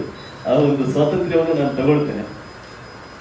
ಯಾಕೆಂತ ಹೇಳಿದ್ರೆ ಚರ್ಚೆ, ಸಂವಾದ, ಜಿಜ್ಞಾಸೆ ಇದೆಲ್ಲವೂ ಕೂಡ ನಮ್ಮ ಹಿಂದೂ ಸಂಸ್ಕೃತಿಯ ಭಾಗವೇ. ಹಾಗಾಗಿ ನಾವೇನೋ ಯಾವುದೋ ಒಂದು ವಿಚಾರವನ್ನು ಹೇಳಿದ ಮಾತ್ರಕ್ಕೆ ಅದು ದೋಷ ಅಂತ ಏನೋ ಯಾರು ಭಾವಿಸಬಾರದು. ಮೊದಲನೇದಾಗಿ ಇಬ್ರು ಒಂದು ಅಲ್ಲಿಯ ಸಂಕೇತವನ್ನ ಹೇಳಿದರು. ಏನಂತ ಹೇಳಿದ್ರೆ, ಧರ್ಮವನ್ನ ಮತ್ತು ಸಂಸ್ಕೃತಿಯನ್ನ ಇಲ್ಲಿ ನದಿಗೆ ಹೋಲಿಸಿದ್ದಾರೆ ಅಂತ. ಅದು ಬಹಳ ಚೆನ್ನಾಗಿ ಬಂದಿದೆ. ಆ ಭಾಗ ಯಾವ ಒಂದು ಭಾಗದಲ್ಲಿ ಸಂಸ್ಕೃತಿಯನ್ನು ಅವರು ನದಿಯ ಒಂದು ಉಗಮಕ್ಕೆ ಹೇಗೆ ಹೋಲಿಸ್ತಾರೋ, ಸಂಸ್ಕೃತಿ ಅನ್ನೋದು ಯಾವಾಗ ಶುರುವಾಯಿತು ಅನ್ನೋ ಪ್ರಶ್ನೆಯನ್ನು ಎತ್ತಿಕೊಂಡು ಅವರು ಮಾತಾಡ್ತಾ ಹೋಗ್ತಾರೆ. ಗಂಗೆಯ ಒಂದು ಉದಾಹರಣೆಯನ್ನು ತೆಗೆದುಕೊಳ್ತಾರೆ. ಗಂಗೆ ಅಂತ ಹೇಳೋದು ಇಂಥ ಜಾಗದಲ್ಲೇ ಹುಟ್ಟಿತು ಅಂತ ಹೇಗೆ ನಮಗೆ ಹೇಳಲಿಕ್ಕೆ ಸಾಧ್ಯ ಇಲ್ವೋ, ಅದು ಹೇಗೆ ಹಲವು ಮೂಲಗಳಿಂದ, ಹಲವು ತೊರೆಗಳಿಂದ, ಹಲವು ಝರಿಗಳಿಂದ ಅದು ಸೃಷ್ಟಿಯಾಗಿ ಕೊನೆಗೆ ದೊಡ್ಡ ನದಿಯಾಗಿ ಬರುತ್ತೋ, ಅದೇ ರೀತಿಯಲ್ಲಿ ಸಂಸ್ಕೃತಿ ಅನ್ನೋದು ಕೂಡ ಬಂದಿದೆ ಅನ್ನೋದನ್ನ ಬಹಳ ಎರಡೂ ವಿಚಾರಗಳನ್ನ ಸಮೀಕರಿಸಿ ಚೆನ್ನಾಗಿ ಅವರು ಹೇಳಿದ್ದಾರೆ. ನನಗೆ ಆ ಭಾಗವನ್ನು ಓದ್ತಾ ಇದ್ದ ಹಾಗೆ ಇನ್ನೊಂದು ವಿಚಾರ ನೆನಪಿಗೆ ಬಂತು. ಏನಂತ ಹೇಳಿದ್ರೆ, ನಮ್ಮಲ್ಲಿ ಸಂಸ್ಕೃತಿಯನ್ನ ನದಿಗೆ ಹೋಲಿಸುವಂಥದ್ದು ಅದು ಅನೇಕರು ಮಾಡಿದ್ದಾರೆ. ಯಾಕೆ ಅಂತ ಹೇಳಿದ್ರೆ, ಕೆಲವು ಸಲ ನಮ್ಮಲ್ಲಿ ಸಂಸ್ಕೃತಿ ಸ್ವಲ್ಪ ಬತ್ತಿ ಹೋಗುತ್ತದೆ. ನಮ್ಮ ಸಮಾಜದಲ್ಲಿ, ನಮ್ಮ ವೈಯಕ್ತಿಕ ನೆಲೆಯಲ್ಲಿ ಕೂಡ ಸಂಸ್ಕೃತಿ ಸಂಸ್ಕಾರಗಳು ಸ್ವಲ್ಪ ಬತ್ತಿ ಹೋಗುವುದುಂಟು. ನಾವು ಒಂದು 2-3 ತಿಂಗಳ ಹಿಂದೆ ಶಿವಮೊಗ್ಗದ ಕಡೆ ಹೋದಾಗ ತುಂಗಾ ನದಿಯನ್ನು ನೋಡಿದ್ರೆ, ಇಲ್ಲೊಂದು ನದಿ ಇತ್ತ ಅನ್ನೋದೇ ಆಶ್ಚರ್ಯ ಆಗುವ ರೀತಿಯಲ್ಲಿ ಇತ್ತದು. ನಡ್ಕೊಂಡು ಹೋಗ್ಬೋದಾಗಿತ್ತು. ಅಥವಾ ಕೆಲವರಲ್ಲಿ ಕ್ರಿಕೆಟ್ ಆಟ ಕೂಡ ಆಡ್ತಾ ಇದ್ರು. ಹಾಗಂತ ಹೇಳಿ ಆ ನದಿ ಬತ್ತಿ ಹೋಗಿದೆ ಅಂತ ಯಾರು ಅದಕ್ಕೆ ಮಣ್ಣು ಹಾಕಿ ಮುಚ್ಚೋದಿಲ್ಲ. ಯಾಕಂದ್ರೆ ಜನಗಳಿಗೆ ಗೊತ್ತಿದೆ, ಮತ್ತೆ ಜೂನ್ ಬಂದಾಗ, ಮತ್ತೆ ಮಳೆಗಾಲ ಬಂದಾಗ, ಮುಂಗಾರು ಬಂದಾಗ ಮತ್ತೆ ಅದು ತುಂಬಿ ಹರಿತದೆ ಅಂತ. ಇವತ್ತು ತುಂಗಾ ನದಿಯ ಪ್ರವಾಹ ಯಾವ ರೀತಿಯಲ್ಲಿ ಹರಿತಾ ಇದೆ ಅನ್ನೋದು ಗೊತ್ತಿದೆ. ಹಾಗೆಯೇ ಬಹುಶಃ ನಮ್ಮ ದೇಶದಲ್ಲಿ ಸಂಸ್ಕೃತಿ ಮತ್ತು ಧರ್ಮ ಇದೆರಡೂ ಕೂಡ ಬತ್ತಿ ಹೋದ ಹಾಗೆ ಕಾಣಬಹುದು ಕೆಲವು ಸಲ. ಆದ್ರೆ ಅದರ ಅಂತರ್ವಾಹಿನಿ ಅದು ಇದ್ದೇ ಇರ್ತದೆ ಮತ್ತು ಅದು ಮತ್ತೆ ತುಂಬಿ ಬರುವಂತಹ ಸಂದರ್ಭಗಳನ್ನು ನಾವು ನೋಡಿಯೇ ನೋಡ್ತೇವೆ. ಆ ಒಂದು ನಿರಂತರತೆ, ಅನುಸೂತತೆ ಇರುವುದರಿಂದಲೇ ಬಹುಶಃ ಈ ನೆಲದಲ್ಲಿ ಆ ಸಂಸ್ಕೃತಿ ಮತ್ತು ಧರ್ಮದ ಎರಡು ಒಂದು ವಿಶೇಷ ಅರ್ಥಗಳು ಇವತ್ತಿಗೂ ಕೂಡ ಜೀವಂತ ಇದೆ ಅಂತ ನನಗೆ ಅನಿಸ್ತದೆ. ಹಾಗಾಗಿ ಆ ನದಿಯ ಉದಾಹರಣೆ ನನಗೆ ಬಹಳ ಇಷ್ಟ ಆಯಿತು. ಅದರ ಜೊತೆಗೆ ಅವರು ಇನ್ನೊಂದು ಉದಾಹರಣೆಯನ್ನು ಕೊಟ್ಟಿದ್ದಾರೆ, ಕಾಲುದಾರಿಯ ಉದಾಹರಣೆ ಕೊಟ್ಟಿದ್ದಾರೆ. ಹೇಗೆ ನಮ್ಮಲ್ಲಿ ಹಳ್ಳಿಗಳಲ್ಲಿ ಅಥವಾ ನಗರಗಳಲ್ಲೂ ಕೂಡ ಕೆಲವು ಸಲ ಕಾಲುದಾರಿಗಳು ನಿರ್ಮಾಣ ಆಗ್ತವೆ. ಆ ಕಾಲುದಾರಿಯನ್ನ ಯಾರು ಮಾಡಿದ್ರು, ಅದಕ್ಕೆ ಇಂಜಿನಿಯರ್ ಯಾರು, ಅದರ ನೀಲನಕ್ಷೆ ಯಾರು ಮಾಡಿದ್ರು ಅಂತ ಯಾರಿಗೂ ಗೊತ್ತಿರೋದಿಲ್ಲ. ಅದು ತನ್ನ ಪಾಡಿಗೆ ತಾನಾಗಿ ಒಂದು ದಾರಿ ನಿರ್ಮಾಣ ಆಗಿರ್ತದೆ. ಹಾಗೆಯೇ ಧರ್ಮ ಮತ್ತು ಸಂಸ್ಕೃತಿಗಳ ದಾರಿಗಳು ಕೂಡ ನಿಷ್ಕರ್ಷೆ ಆಗ್ತವೆ, ಅದು ಕೂಡ ರಚನೆ ಆಗ್ತದೆ ಅಂತ ಹೇಳಿ ಒಂದು ಮಾತನ್ನು ಅವರು ಹೇಳ್ತಾರೆ. ಸಂಸ್ಕೃತಿಯ ದಾರಿಯಲ್ಲಿ ನಡೆಯುವವನು ಎಂದೂ ಪಥಭೃಷ್ಟನಾಗುವುದಿಲ್ಲ ಅನ್ನೋ ಮಾತನ್ನು ನನಗೆ ಬಹಳ ಇಷ್ಟವಾದ, ಬಹಳ ಸರಳವಾದ ಮಾತು. ಈ ರೀತಿಯ ಅನೇಕ ನುಡಿಮುತ್ತುಗಳು ಈ ಪುಸ್ತಕದಲ್ಲಿ ಮತ್ತೆ ಮತ್ತೆ ನಮಗೆ ಕಾಣ್ಲಿಕ್ಕೆ ಸಿಗ್ತದೆ. ಪ್ರತಿ ಪುಟದಲ್ಲೂ ಕೂಡ ಇಂತಹ ಸಣ್ಣ ಸಣ್ಣ ಆದರೆ ಮನಸ್ಸಿಗೆ ನಾಟುವಂತ ಮತ್ತು ಅತ್ಯಂತ ಆಳವಾದ ಅರ್ಥವನ್ನ ಹೊಂದಿರುವಂತಹ ಮಾತುಗಳನ್ನ ನಾವು ಗಮನಿಸಬಹುದು. ಸಂಸ್ಕೃತಿಯ ಜೊತೆಗೆ ಅವರು ಇನ್ನೊಂದು ಚರ್ಚೆಯನ್ನು ಎತ್ತಿಕೊಳ್ತಾರೆ, ಸಭ್ಯತೆ. ಇವತ್ತು ನಾವು ಅದನ್ನ ಸಿವಿಲೈಸೇಷನ್ ಅನ್ನುವ ರೀತಿಯಲ್ಲಿ ಹೇಳ್ತಾ ಇದ್ದೇವೆ, ಅಥವಾ ಸಿವಿಲೈಸೇಷನ್ ಅನ್ನುವ ಶಬ್ದಕ್ಕೆ ಸಭ್ಯತೆ ಅನ್ನುವ ಒಂದು ಶಬ್ದವನ್ನ ಹೊಸದಾಗಿ ಹುಟ್ಟು ಹಾಕಿ ಅದನ್ನ ಸಮೀಕರಿಸಿ ಮಾತಾಡ್ತಾ ಇದ್ದೇವೆ. ಅಲ್ಲಿ ಆ ಎರಡು ಪದಗಳ ವ್ಯತ್ಯಾಸ ಏನು ಅಂತ ಹೇಳುವಾಗ ಅವರು ಹೇಳ್ತಾರೆ, ಒಂದು ಗುಣಾತ್ಮಕ, ಇನ್ನೊಂದು ರೂಪಾತ್ಮಕ. ಅದಕ್ಕೆ ಕೊಡುವ ಉದಾಹರಣೆಗಳು ಕೂಡ ಬಹಳ ಚೆನ್ನಾಗಿದೆ. ಈಗಷ್ಟೇ ಹೇಳಿದ ಹಾಗೆ ಇವತ್ತಿನ ಯುವ ಜನಾಂಗಕ್ಕೆ ಅದು ಹಿಡಿಸುವ ರೀತಿಯಲ್ಲಿ ಕೆಲವು ಉದಾಹರಣೆಗಳನ್ನು ಕೊಡ್ತಾರೆ. ಉದಾಹರಣೆಗೆ ಇದು ಯಾವುದು ವ್ಯಾಕ್ಯೂಮ್ ಕ್ಲೀನರ್ ಮತ್ತು ಸ್ವಚ್ಛತೆ. ಸ್ವಚ್ಛವಾಗಬೇಕು ಅನ್ನೋದು ನಮ್ಮ ಸಂಕಲ್ಪ, ನಮ್ಮ ಆಶಯ. ಆದ್ರೆ ಅದಕ್ಕೆ ಒದಗಿ ಬರುವಂತದ್ದು ವ್ಯಾಕ್ಯೂಮ್ ಕ್ಲೀನರ್, ಅಥವಾ ನಾವು ಪೊರಕೆ ಅಂತಲೂ ಹೇಳ್ಬೋದು. ಹಾಗೆ ಸಭ್ಯತೆ ಅನ್ನೋದು ವ್ಯಾಕ್ಯೂಮ್ ಕ್ಲೀನರು, ಆದ್ರೆ ಸಂಸ್ಕೃತಿ ಅನ್ನೋದು ಅದು ಸ್ವಚ್ಛತೆ ಅನ್ನುವ ಭಾವ ಅಂತ. ಒಂದು ಗುಣಾತ್ಮಕವಾಗಿದೆ, ಅದನ್ನು ಇನ್ನೊಂದು ರೂಪಾತ್ಮಕವಾಗಿ ಮಾಡುತ್ತೆ ಅನ್ನೋದನ್ನ ಬಹಳ ಸ್ಪಷ್ಟವಾಗಿ ಅವರು ಹೇಳ್ತಾರೆ. ಹರಪ್ಪ ಅಲ್ಲಿ ನಡೆದಂತ ಉತ್ಖನನದ ಒಂದು ಉದಾಹರಣೆಯನ್ನು ತೆಗೆದುಕೊಳ್ತಾರೆ. ಹರಪ್ಪದಲ್ಲಿ ನಾವು ನೋಡ್ತಾ ಇರೋದು ಏನು, ನಮ್ಮಲ್ಲಿ ಬಹಳಷ್ಟು ಮಂದಿ ಹೇಳ್ತಾರೆ ಹರಪ್ಪ ಸಂಸ್ಕೃತಿ ಅನ್ನೋ ಮಾತು ಇವತ್ತು ಎಲ್ಲ ಕಡೆಯಲ್ಲಿ ಬಳಕೆ ಇದೆ. ಅವ್ರು ಹೇಳ್ತಾರೆ ಸಂಸ್ಕೃತಿ ಅನ್ನೋದು ಹರಪ್ಪ ಸಂಸ್ಕೃತಿ, ಮೊಹೆಂಜೋದಾರೋ ಸಂಸ್ಕೃತಿ, ಈ ತರ ಬೇರೆ ಬೇರೆ ಊರಿಗೆ ಒಂದೊಂದು ಸಂಸ್ಕೃತಿ ಅಂತ ಇರ್ಲಿಕ್ಕೆ ಸಾಧ್ಯ ಇಲ್ಲ. ಅದನ್ನು ನಾವು ಸಭ್ಯತೆ ಅಂತ ಹೇಳ್ಬೋದು. ಹಿಂದೂ ಸಂಸ್ಕೃತಿಯ ಒಂದು ಪ್ರತಿರೂಪವಾಗಿ ನಮಗೆ ಅಲ್ಲಿ ಉತ್ಖನನದಲ್ಲಿ ಆ ಒಂದು ನಗರೀಕರಣದ ವ್ಯವಸ್ಥೆ ನಮಗೆ ಕಾಣ್ಲಿಕ್ಕೆ ಸಿಕ್ಕಿರ್ಬೋದು. ಅದನ್ನು ನಾವು ಹರಪ್ಪ ಸಭ್ಯತೆ ಅಂತ ಹೇಳುವುದು ಸರಿಯಾದ ಒಂದು ಬಳಕೆ ಅನ್ನುವ ಮಾತನ್ನ, ಅಂದ್ರೆ ಭಾಷೆಯ ಬಗ್ಗೆ, ಶಬ್ದಗಳ ಬಗ್ಗೆ ಎಷ್ಟು ಸೂಕ್ಷ್ಮವಾಗಿ ಅವರು ಗಮನಿಸಿದ್ದಾರೆ ಅನ್ನೋದು ನಮಗೆ ಇಂತಹ ಉದಾಹರಣೆಗಳಿಂದ ಗೊತ್ತಾಗ್ತದೆ. ಅದೇ ರೀತಿಯಲ್ಲಿ ಬ್ರೈನ್ ವಾಷಿಂಗ್ ಬಗ್ಗೆ ಅವ್ರು ಹೇಳ್ತಾ, ಮತಗಳು ಏನು ಮಾಡುತ್ತವೆ ಮತ್ತು ಸಂಸ್ಕೃತಿ ಏನು ಮಾಡ್ತವೆ ಅನ್ನುವ ಒಂದು ವಿಚಾರವನ್ನು ಹೇಳ್ತಾ, ರಿಲಿಜನ್ಗಳು ಬ್ರೈನ್ ವಾಶ್ ಮಾಡುತ್ತವೆ ಅನ್ನೋದನ್ನ ಹೇಳ್ತಾರೆ. ಬ್ರೈನ್ ವಾಶ್ ಮಾಡೋದಕ್ಕೆ ನಿಮ್ಗೆ ಪ್ರಲೋಭನೆಯನ್ನು ಒಡ್ಡಬೇಕು, ಅವರಿಗೇನು ಆಸೆ ತೋರಿಸಬೇಕು, ಅವರಿಗೆ ಇಹದ ಅಥವಾ ಪರದ ಯಾವುದೋ ಒಂದು ಆಸೆಯನ್ನು ಹುಟ್ಟಿಸಿ ಅವರನ್ನ ನಮ್ಮ ಕಡೆಗೆ ಎಳೆದುಕೊಳ್ಬೇಕಾಗ್ತದೆ. ಆದ್ರೆ ಸಂಸ್ಕೃತಿಯಲ್ಲಿ ಆಗುವಂಥದ್ದು ಈ ರೀತಿಯ ಬ್ರೈನ್ ವಾಷಿಂಗ್ ಅಲ್ಲ. ನಮ್ಮಲ್ಲಿ ಕನ್ವರ್ಷನ್ ನ ಪರಿಕಲ್ಪನೆಯೇ ಇಲ್ಲ. ಯಾರೋ ಒಬ್ಬರನ್ನ ನನ್ನ ಸಂಸ್ಕೃತಿಯ ಕಡೆಗೆ, ನನ್ನ ಧರ್ಮದ ಕಡೆಗೆ ಎಳೆದುಕೊಂಡು ಬರಬೇಕು, ಅವನು ನಾಳೆ ನನ್ನ ದೇವರನ್ನೇ ಪೂಜೆ ಮಾಡುವ ಹಾಗೆ ಮಾಡಬೇಕು ಅನ್ನುವ ಒಂದು ಮನಸ್ಥಿತಿಯ ನಮ್ಮಲ್ಲಿ ಇಲ್ಲ. ಹಾಗಂತ ಹೇಳಿ ನಾವು ಆ ರೀತಿಯ ಒಂದು ಪ್ರಭಾವವನ್ನು ಬೀರುವುದಿಲ್ಲ ಅಂತ ಹೇಳಿದ್ರೆ ಖಂಡಿತವಾಗಿ ಬೀರ್ತೇವೆ. ಅದು ಯಾವ ರೀತಿಯಲ್ಲಿ ಆಗ್ತದೆ ಅಂತ ಹೇಳಿದ್ರೆ, ಒಂದು ಸಂಸ್ಕಾರದ ಅಥವಾ ಸಂಸ್ಕೃತಿಯ ಒಂದು ಪ್ರೇರಣೆಯನ್ನು ಕೊಡುವ ರೀತಿಯಲ್ಲಿ ಆಗ್ತದೆ ವಿನಃ ಬ್ರೈನ್ ವಾಷಿಂಗ್ ಮಾಡುವ ಮೂಲಕ ಯಾರನ್ನು ನನ್ನ ಪರಿಧಿಯ ಒಳಗೆ ಎಳೆದುಕೊಳ್ಳಬೇಕಾದ ಅವಶ್ಯಕತೆ ಹಿಂದೂ ಸಂಸ್ಕೃತಿಯಲ್ಲಿ ಇಲ್ಲ ಅನ್ನುವ ಬಹಳ ಸೂಕ್ಷ್ಮವಾದ ವಿಚಾರವನ್ನು ಕೂಡ ಅವರಿಲ್ಲಿ ಹೇಳ್ತಾರೆ. ಇನ್ನು ಧರ್ಮದ ಪ್ರಾಸಂಗಿಕತೆ ಬಗ್ಗೆ ಈಗಷ್ಟೇ ಪಂಡಿತರು ಹೇಳಿದರು. ಒಂದೊಂದು ಹಂತದಲ್ಲಿ ಅಥವಾ ಒಂದೊಂದು ಘಟನೆಗಳಲ್ಲಿ ಧರ್ಮದ ಸ್ವರೂಪಗಳು ಬೇರೆ ಬೇರೆ ಆಗಬಹುದು ಅಂತ ಹೇಳಿ. ಉದಾಹರಣೆಗೆ ಸುಳ್ಳು ಹೇಳುವುದು ಧರ್ಮ ಅಲ್ಲ, ಅಧರ್ಮ ಅಂತ ನಾವು ಅಂದುಕೊಂಡಿದ್ದೇವೆ. ಮತ್ತು ಬಹಳಷ್ಟು ನಮ್ಮ ಧರ್ಮ ಗ್ರಂಥಗಳು ಕೂಡ ಅದನ್ನೇ ಹೇಳ್ತೇವೆ, ನೀನು ಸುಳ್ಳು ಹೇಳಬೇಡ ಅಂತ ಹೇಳ್ತೇವೆ. ಆದ್ರೆ ನಾವು ಯಾರ್ದೋ ಒಬ್ಬರ ನಮ್ಮ ಪರಿಚಯದವರ ಮನೆಗೆ ರಾತ್ರಿ 10 ಗಂಟೆಗೂ 11 ಗಂಟೆಗೂ ಹೋದಾಗ ಅವರು ಊಟ ಆಗಿದೆಯಲ್ಲ ಅಂತ ಕೇಳಿದ್ರೆ ಆಗಿದೆ ಅಂತಲೇ ಸುಳ್ಳು ಹೇಳಬೇಕಾಗ್ತದೆ, ಆಗಿಲ್ಲದೆ ಇದ್ರು ಕೂಡ. ಯಾಕಂದ್ರೆ ಅವರಿಗೆ ತೊಂದರೆ ಕೊಡಬಾರ್ದು ಅನ್ನೋ ಧರ್ಮ.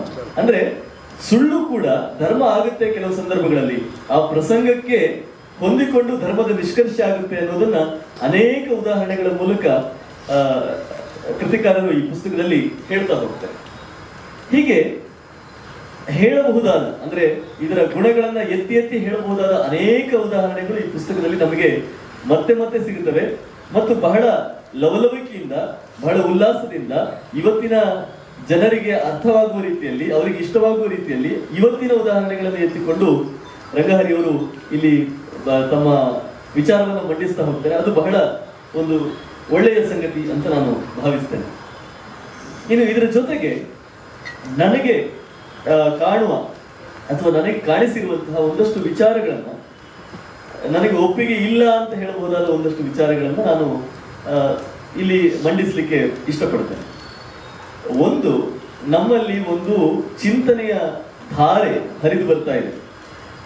ಬಹುಶಃ ನಾನು ಗಮನಿಸಿದ ಹಾಗೆ ನಮ್ಮ ಇಡೀ ದೇಶದ ಎಲ್ಲ ಚಿಂತನೆಯ ಬೇರೆ ಬೇರೆ ಘಟ್ಟಗಳನ್ನ ನಾವು ನೋಡಿದರೆ, ಕನ್ನಡಿಗರು ಕರ್ನಾಟಕದ ನೆಲದಲ್ಲಿ ವಿಚಾರ ಮಂಥನವನ್ನು ಮಾಡ್ತಾ ಇರುವವರು ಉತ್ತರ ಭಾರತದವರಿಗಿಂತಲೂ ಸ್ವಲ್ಪ ಮುಂದೆ ಇದ್ದಾರೆ ಅಂತ.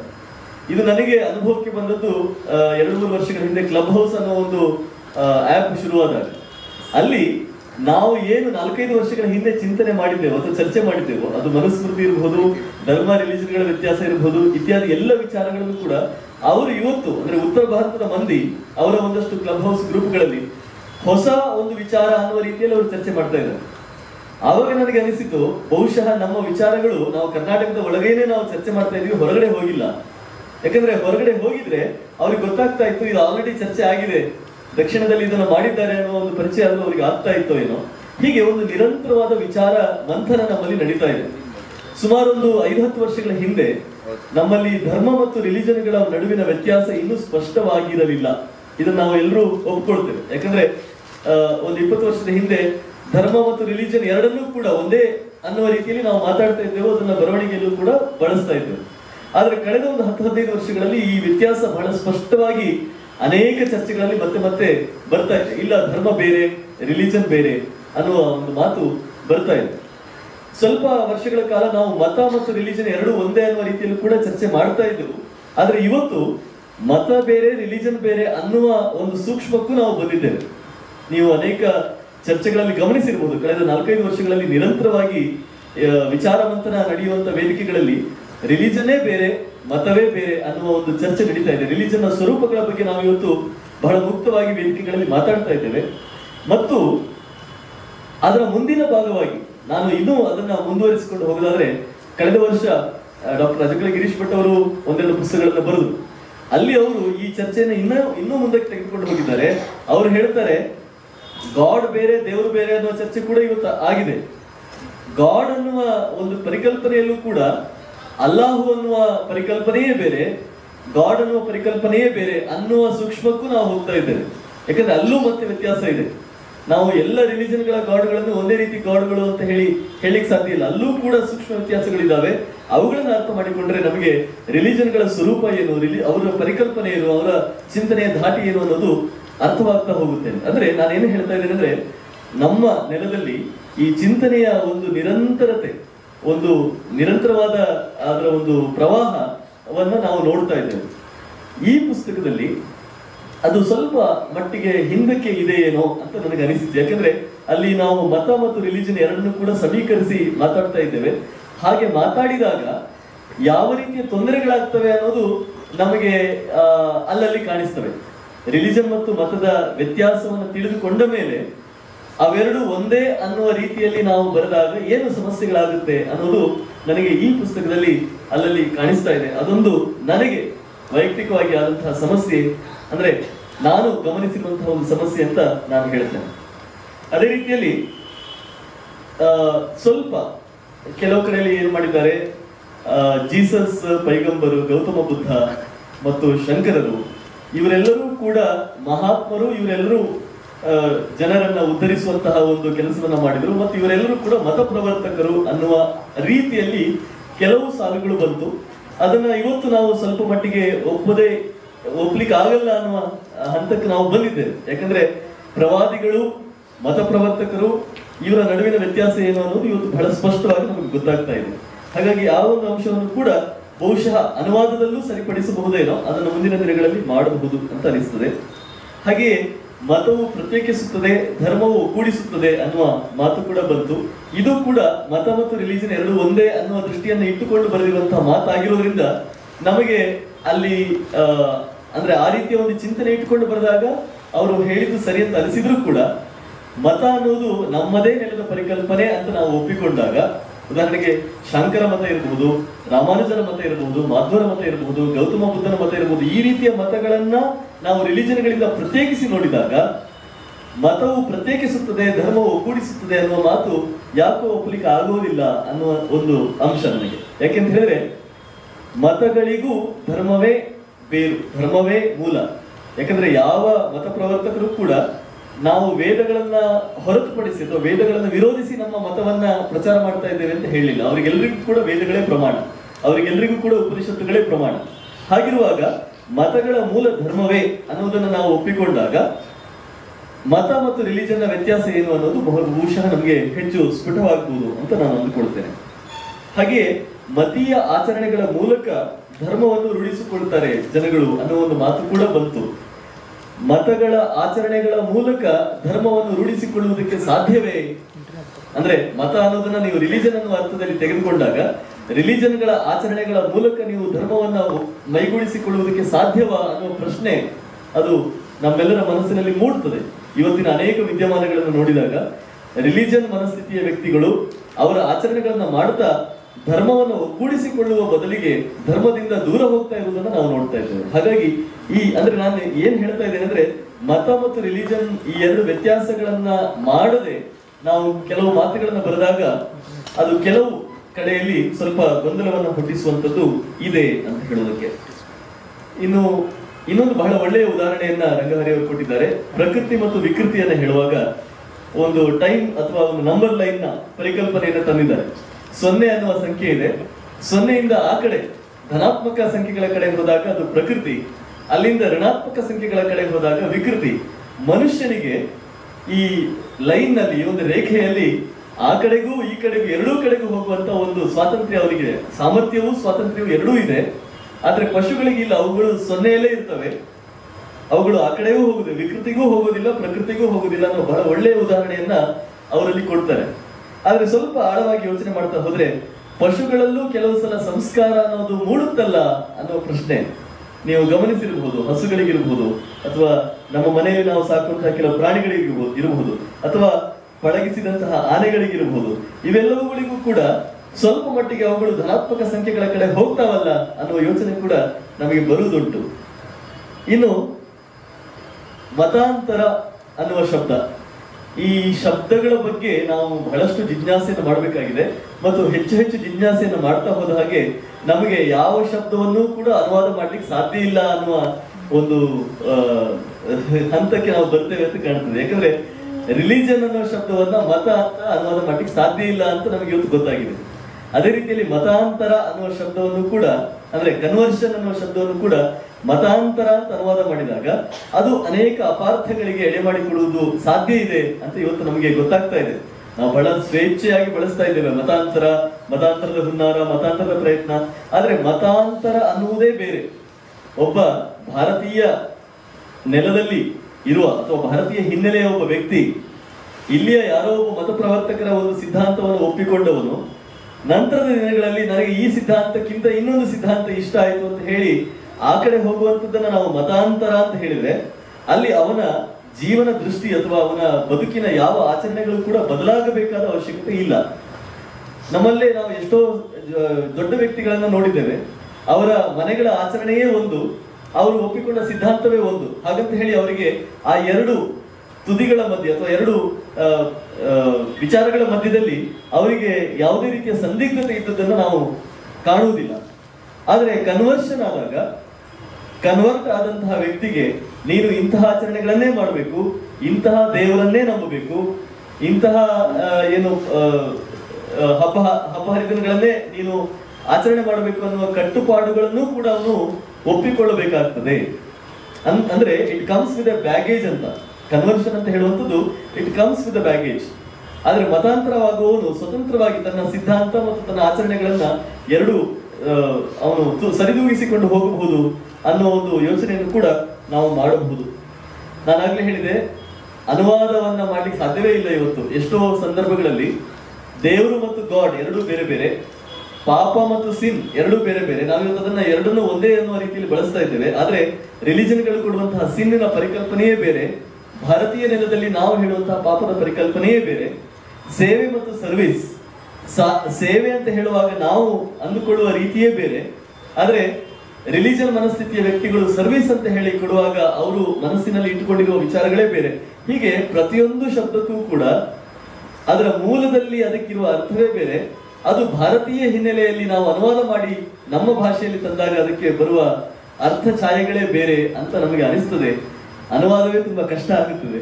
ಅಂತಹ ಸಂದರ್ಭಗಳಲ್ಲಿ ಅನುವಾದವನ್ನು ಮಾಡಿ ಅದನ್ನ ಮೂಲ ಕೃತಿಯೋ ಏನೋ ಅನ್ನುವ ರೀತಿಯಲ್ಲಿ ಕೊಡುವಂಥದ್ದು ದೊಡ್ಡ ಸಾಹಸವೇ ಸರಿ. ಹೀಗೆ ದೋಷಗಳು ಬಹಳ ಕಡಿಮೆ. ನಾನು ಅದನ್ನ ತುಂಬಾ ವಿಸ್ತಾರವಾಗಿ ಹೇಳಿರಬಹುದು, ಆದ್ರೆ ಅದು ದೋಷ ಅಂತ ಹೇಳುವುದಕ್ಕಿಂತ ನಮ್ಮ ಚಿಂತನೆಯಲ್ಲಿ ಆಗಿರುವಂತಹ ಪರಿವರ್ತನೆ ಅಂತ ನಾವು ಅಂದುಕೊಳ್ಬೇಕು. ಯಾಕಂದ್ರೆ ಬಹುಶಃ ನಾವೆಲ್ಲರೂ ಕೂಡ ಒಂದು 5-10 ವರ್ಷಗಳ ಹಿಂದೆ ಬರೆದಿದ್ರೆ ಈ ರೀತಿಯಲ್ಲೇ ಬರಿತಾ ಇದ್ದೇವೋ ಇಲ್ಲ. ಇವತ್ತು ನಮ್ಮ ಚಿಂತನೆಯಲ್ಲಿ ಆಗಿರುವಂತಹ ಸೂಕ್ಷ್ಮ ವ್ಯತ್ಯಾಸಗಳ ಕಾರಣಕ್ಕೆ ನಮಗೆ ಇಲ್ಲಿ ಈ ದೋಷಗಳು ಅಂತ ಹೇಳಿ ಕೆಲವು ಸಂಗತಿಗಳು ನಮಗೆ ಕಾಣ್ತಾ ಇರಬಹುದು.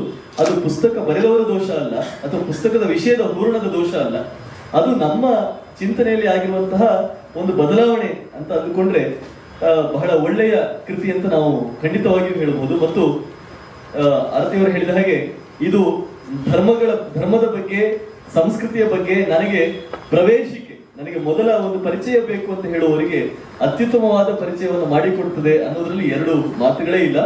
ಮತ್ತು ಅನೇಕ ಸಂಸ್ಕೃತ ಸಾಹಿತ್ಯದ ವಾಕ್ಯಗಳನ್ನು, ಅದು ಮಹಾಭಾರತದಿಂದ ಮೊದಲುಗೊಂಡು ಎಲ್ಲ ಶಾಸ್ತ್ರ ಗ್ರಂಥಗಳ ಮಾತುಗಳು, ಸುಭಾಷಿತಗಳ ಮಾತುಗಳು ಎಲ್ಲವನ್ನೂ ಕೂಡ ಅತ್ಯಂತ ಸಂದರ್ಭೋಚಿತವಾಗಿ, ನಮ್ಮಲ್ಲಿ ಏನಾಗ್ತದೆ ಎಷ್ಟೋ ಸಲ ವಿಷಯವನ್ನ ಸ್ವಲ್ಪ ಸಂಕೀರ್ಣಗೊಳಿಸುವುದಕ್ಕೆ ಅಥವಾ ಪ್ರಭಾವಶಾಲಿಗೊಳಿಸುವುದಕ್ಕೆ ನಾವು ಒಂದಷ್ಟು ನಮಗೆ ಗೊತ್ತಿರುವ ಸುಭಾಷಿತಗಳನ್ನು ಅಲ್ಲಲ್ಲಿ ಸೇರಿಸಿಬಿಡ್ತೇವೆ. ಅದು ಸಂದರ್ಭಕ್ಕೆ ಪೂರಕವಾಗಿ ಇರುತ್ತದೋ ಇಲ್ವೋ ಸೇರಿಸಿ ಬಿಡ್ತೇವೆ. ಆದ್ರೆ ಇಲ್ಲಿ ಆ ರೀತಿ ಮಾಡದೆ ಆ ಸಂದರ್ಭಕ್ಕೆ ಅತ್ಯಂತ ಆಪ್ಟ್ ಆಗಿ, ಅತ್ಯಂತ ಸೂಕ್ತವಾಗಿ ಹೊಂದಿಕೊಳ್ಳುವಂತಹ ಸೂಕ್ತಿಗಳನ್ನೇ, ಉದಾಹರಣೆಗಳನ್ನೇ ಅವರು ಸಂಸ್ಕೃತ ಸಾಹಿತ್ಯದಿಂದ ಹೆಕ್ಕಿಕೊಟ್ಟಿದ್ದಾರೆ. ಹಾಗಾಗಿ ಈ ಒಂದು ಪುಸ್ತಕವನ್ನು ಓದುವುದು ಎರಡು ರೀತಿಯ ಲಾಭ. ಒಂದು, ಕನ್ನಡದ ಸೊಗಸು, ಅದರ ಅನುವಾದ ಬಹಳ ಚೆನ್ನಾಗಿ ಬಂದಿದೆ, ಒಳ್ಳೆಯ ಲವಲವಿಕೆಯ ಉದಾಹರಣೆಗಳಿದೆ, ನಮಗೆ ಓದುವಾಗ ಮತ್ತು 4 ಪೇಜ್ ಇನ್ನೂ ಓದ್ತಾ ಹೋಗೋಣ ಅಂತ ಅನಿಸುವ ರೀತಿಯಲ್ಲಿ ಇದೆ ಒಂದು. ಎರಡನೆಯದು, ಈ ಎಲ್ಲ ಮಾತುಗಳಿಗೆ ಬೇಕಾದ ಆಧಾರಗಳು, ಎಲ್ಲ ನಮ್ಮ ಶಾಸ್ತ್ರ ಗ್ರಂಥಗಳ, ಮಹಾಕಾವ್ಯಗಳ ಆಧಾರಗಳು ಕೂಡ ನಮ್ಗೆ ಅಲ್ಲಲ್ಲೇ ಸಿಗ್ತಾ ಹೋಗೋದು ಕೂಡ ಬಹಳ ಒಳ್ಳೆಯ ಒಂದು ಅನುಕೂಲ ಅಂತ ಹೇಳ್ಬೋದು. ಗ್ರಾಚೋನ ಒಂದು ಮಾತಿದೆ, ಯಾರೋ ಒಬ್ರು ಅವರಿಗೆ ಒಂದು ಪುಸ್ತಕ ಕೊಟ್ಟು ಅಭಿಪ್ರಾಯ ಕೇಳಿದ್ರು, 4 ದಿನ ಬಿಟ್ಟು ಈ ಪುಸ್ತಕ ಹೇಗಿದೆ ಅಂತ. ಅವಾಗ ಅವನು ಹೇಳ್ತಾನೆ, ಈ ಪುಸ್ತಕ ಓದಿ ಕೆಳಗಿಡಬಾರದಂತಹ ಪುಸ್ತಕ ಅಂತ ಹೇಳ್ತಾನೆ. ಅವಾಗ ಅವ್ರಿಗೆ ಖುಷಿ ಆಗುತ್ತೆ. ಆಮೇಲೆ ಹೇಳ್ತಾನೆ, ಇದನ್ನ ಕೆಳಗೆ ಇಡದೆ ಯಾರಿಗೂ ಸಿಗದ ಹಾಗೆ ಎತ್ತಿ ಎಸೆಯಬೇಕಾದ ಪುಸ್ತಕ. ಇದು ಆ ರೀತಿಯ ಪುಸ್ತಕ ಅಲ್ಲ, ಇದು ಮತ್ತೆ ಮತ್ತೆ ಓದಿ ಕಣ್ಣಿಗೆ ಒತ್ತಿಕೊಳ್ಳಬೇಕಾದ ಪುಸ್ತಕ, ಮತ್ತು ನಾವು ಸದಾ ರೆಫರ್ ಮಾಡಬೇಕಾದ ಪುಸ್ತಕ, ನಮ್ಮ ಮನೆಗಳಲ್ಲಿ ನಮ್ಮ ಮಕ್ಕಳಿಗೆ ಓದಿಸಬೇಕಾದ ಪುಸ್ತಕ. ಯಾಕಂದ್ರೆ ಅವರಿಗೆ ಇವತ್ತು ಕಠಿಣ ಶಬ್ದಗಳಿದ್ರೆ ಕಷ್ಟ. ಆ ಒಂದು ಕಾರಣಕ್ಕೆ ಬಹಳ ಸುಲಭವಾದ ವಾಕ್ಯ ರಚನೆ ಇರಬಹುದು, ಅಥವಾ ಪರಿಕಲ್ಪನೆಗಳನ್ನ ಅದನ್ನ ಹೇಳುವಂತಹ, ಬಿಡಿಸಿ ಹೇಳುವಂತ ರೀತಿ ಇರಬಹುದು. ಇದೆಲ್ಲವೂ ಕೂಡ ಅವರಿಗೆ ಮೆಚ್ಚುಗೆ ಆಗುವ ರೀತಿಯಲ್ಲಿ ಇದು ಬಂದಿದೆ. ಮತ್ತು ಋತ ಸತ್ಯ ಧರ್ಮಗಳ ಬಗ್ಗೆ ಆರತಿಯವರು ಪ್ರಸ್ತಾಪ ಮಾಡಿದ್ರು. DVG ಅವರ ಪುಸ್ತಕ ಇದೆ, ಆ ಪುಸ್ತಕವನ್ನು ಓದಿಕೊಂಡು ಈ ಪುಸ್ತಕವನ್ನು ಓದಬಹುದು. ಯಾಕಂದ್ರೆ ಅಲ್ಲಿ ಋತದ ಒಂದು ಪರಿಕಲ್ಪನೆಯನ್ನು ತುಂಬಾ ವಿಸ್ತಾರವಾಗಿ ಅವರು ಬೆಳೆಸ್ತಾರೆ. ಋತ ಅನ್ನೋದು ಹೇಗೆ ಬಂತು, ಹೇಗೆ ಶುರುವಾಯಿತು, ಅಲ್ಲಿಂದ ಅದು ಸತ್ಯವಾಗಿ ಹೇಗೆ ಪರಿವರ್ತನೆ ಆಯಿತು, ಆಮೇಲೆ ಅದು ಧರ್ಮವಾಗಿ ಹೇಗೆ ಮೂಡಿತು ಅನ್ನೋದನ್ನ ಬಹಳ ಸೊಗಸಾಗಿ ಆ ಹಂತಗಳನ್ನ ಅವರು ಹೇಳ್ತಾ ಹೋಗ್ತಾರೆ. ಅದರ ಮುಂದುವರಿಕೆಯೋ ಎನ್ನುವ ರೀತಿಯಲ್ಲಿ ಇವರು ಕೂಡ ಋತುದ ಪರಿಕಲ್ಪನೆಯನ್ನ ವಿಸ್ತರಿಸಿ ಅದು ಮತ್ತೆ ಧರ್ಮವಾದ ಬಗೆಯನ್ನ ಇವರು ಅನೇಕ ಉದಾಹರಣೆಗಳ ಮೂಲಕ ಹೇಳಿದ್ದಾರೆ. ಹಾಗಾಗಿ ಬಹುಶಃ DVG ಅವರ ಸಂಸ್ಕೃತಿ ಮತ್ತು ಋತ ಸತ್ಯ ಧರ್ಮ ಇತ್ಯಾದಿ ಪುಸ್ತಕಗಳ ಜೊತೆಗೆ ಈ ಪುಸ್ತಕವನ್ನು ಕೂಡ ನಾವು ಇಟ್ಟು ನೋಡಿದಾಗ ನಮಗೆ ಅನೇಕ ವಿಚಾರಗಳು ಸ್ಪಷ್ಟವಾಗುತ್ತವೆ ಅಂತ ನನಗನಿಸ್ತದೆ.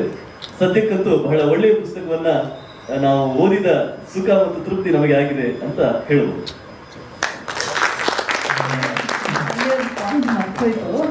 ಈ ಮುಖಪುಟವು ತುಂಬಾ ಇಷ್ಟವಾಯಿತು. ಇಲ್ಲಿ ಸಂಸ್ಕೃತಿ ಅಂತ 0 ಒಳಗೆ ಒಂದು ಕುಂಕುಮದ ಬೊಟ್ಟಿಟ್ಟಿದ್ದಾರೆ, ಅದೊಂಥರ ಧ್ವನಿಪೂರ್ವಕವಾಗಿದೆ. ಧರ್ಮಚಕ್ರ ಬೇರೆ ಕಾಣಿಸ್ತಾ ಇದೆ, ಮತ್ತೆ ಅರುಣೋದಯವಾಗ್ತಿದೆ, ಸೂರ್ಯೋದಯವಾಗ್ತಿದೆ, ಮತ್ತು ವಿಶಾಲವಾದ ಆಗಸ ಗಗನ ಕಾಣಿಸ್ತಾ ಇದೆ. ಬಹಳ ಅರ್ಥಪೂರ್ಣವಾಗಿದೆ ಇದರ ಮುಖಪುಟ ವಿನ್ಯಾಸ ಅಂತ ಹೇಳಕ್ಕೆ ಇಷ್ಟ. ಸರ್, ಇದು ಮೂಲ ಯಾವ ಭಾಷೆ ಒಳಗಿದೆ? ಹಿಂದಿಯಿಂದ ಕನ್ನಡಕ್ಕೆ ಟ್ರಾನ್ಸ್ಲೇಟ್ ಆಗಿದೆ. ಬಹುಶಃ ರೋಹಿತ್ ಅವರಿಗೆ ಪ್ಲಸ್ ಮೈನಸ್ ಎಲ್ಲ ಹಾಕಿದ್ದು ಭಾರಿ ಖುಷಿ ಆಗಿರ್ಬೇಕು. ಅವ್ರು ಗಣಿತದ ಮೇಷ್ಟ್ರ ಆಗಿರೋದು. ಧರ್ಮ ಮತ್ತು ಸಂಸ್ಕೃತಿ ಪುಸ್ತಕದಲ್ಲೂ ನನ್ನ ವಿಚಾರಗಳು ಅಂತ ಹೇಳಿದ್ರು. ಅವರು ಪಠ್ಯ ಪುಸ್ತಕ ರಚನೆ ಮುಖ್ಯಸ್ಥರಾಗಿದ್ದಾಗ ರಿಲಿಜನ್ ಅಂತಾನೆ ಬಳಸಿದ್ರು. ಈಗ ಹೊಸ ಪುಸ್ತಕ ಬಂದಿದೆ, ಅದು ವಾಪಸ್ ಧರ್ಮ ಅಂತ ಆಗಿದೆ. ಧರ್ಮ ಚಕ್ರ ತಿರುಗ್ತಾ ಇದೆ.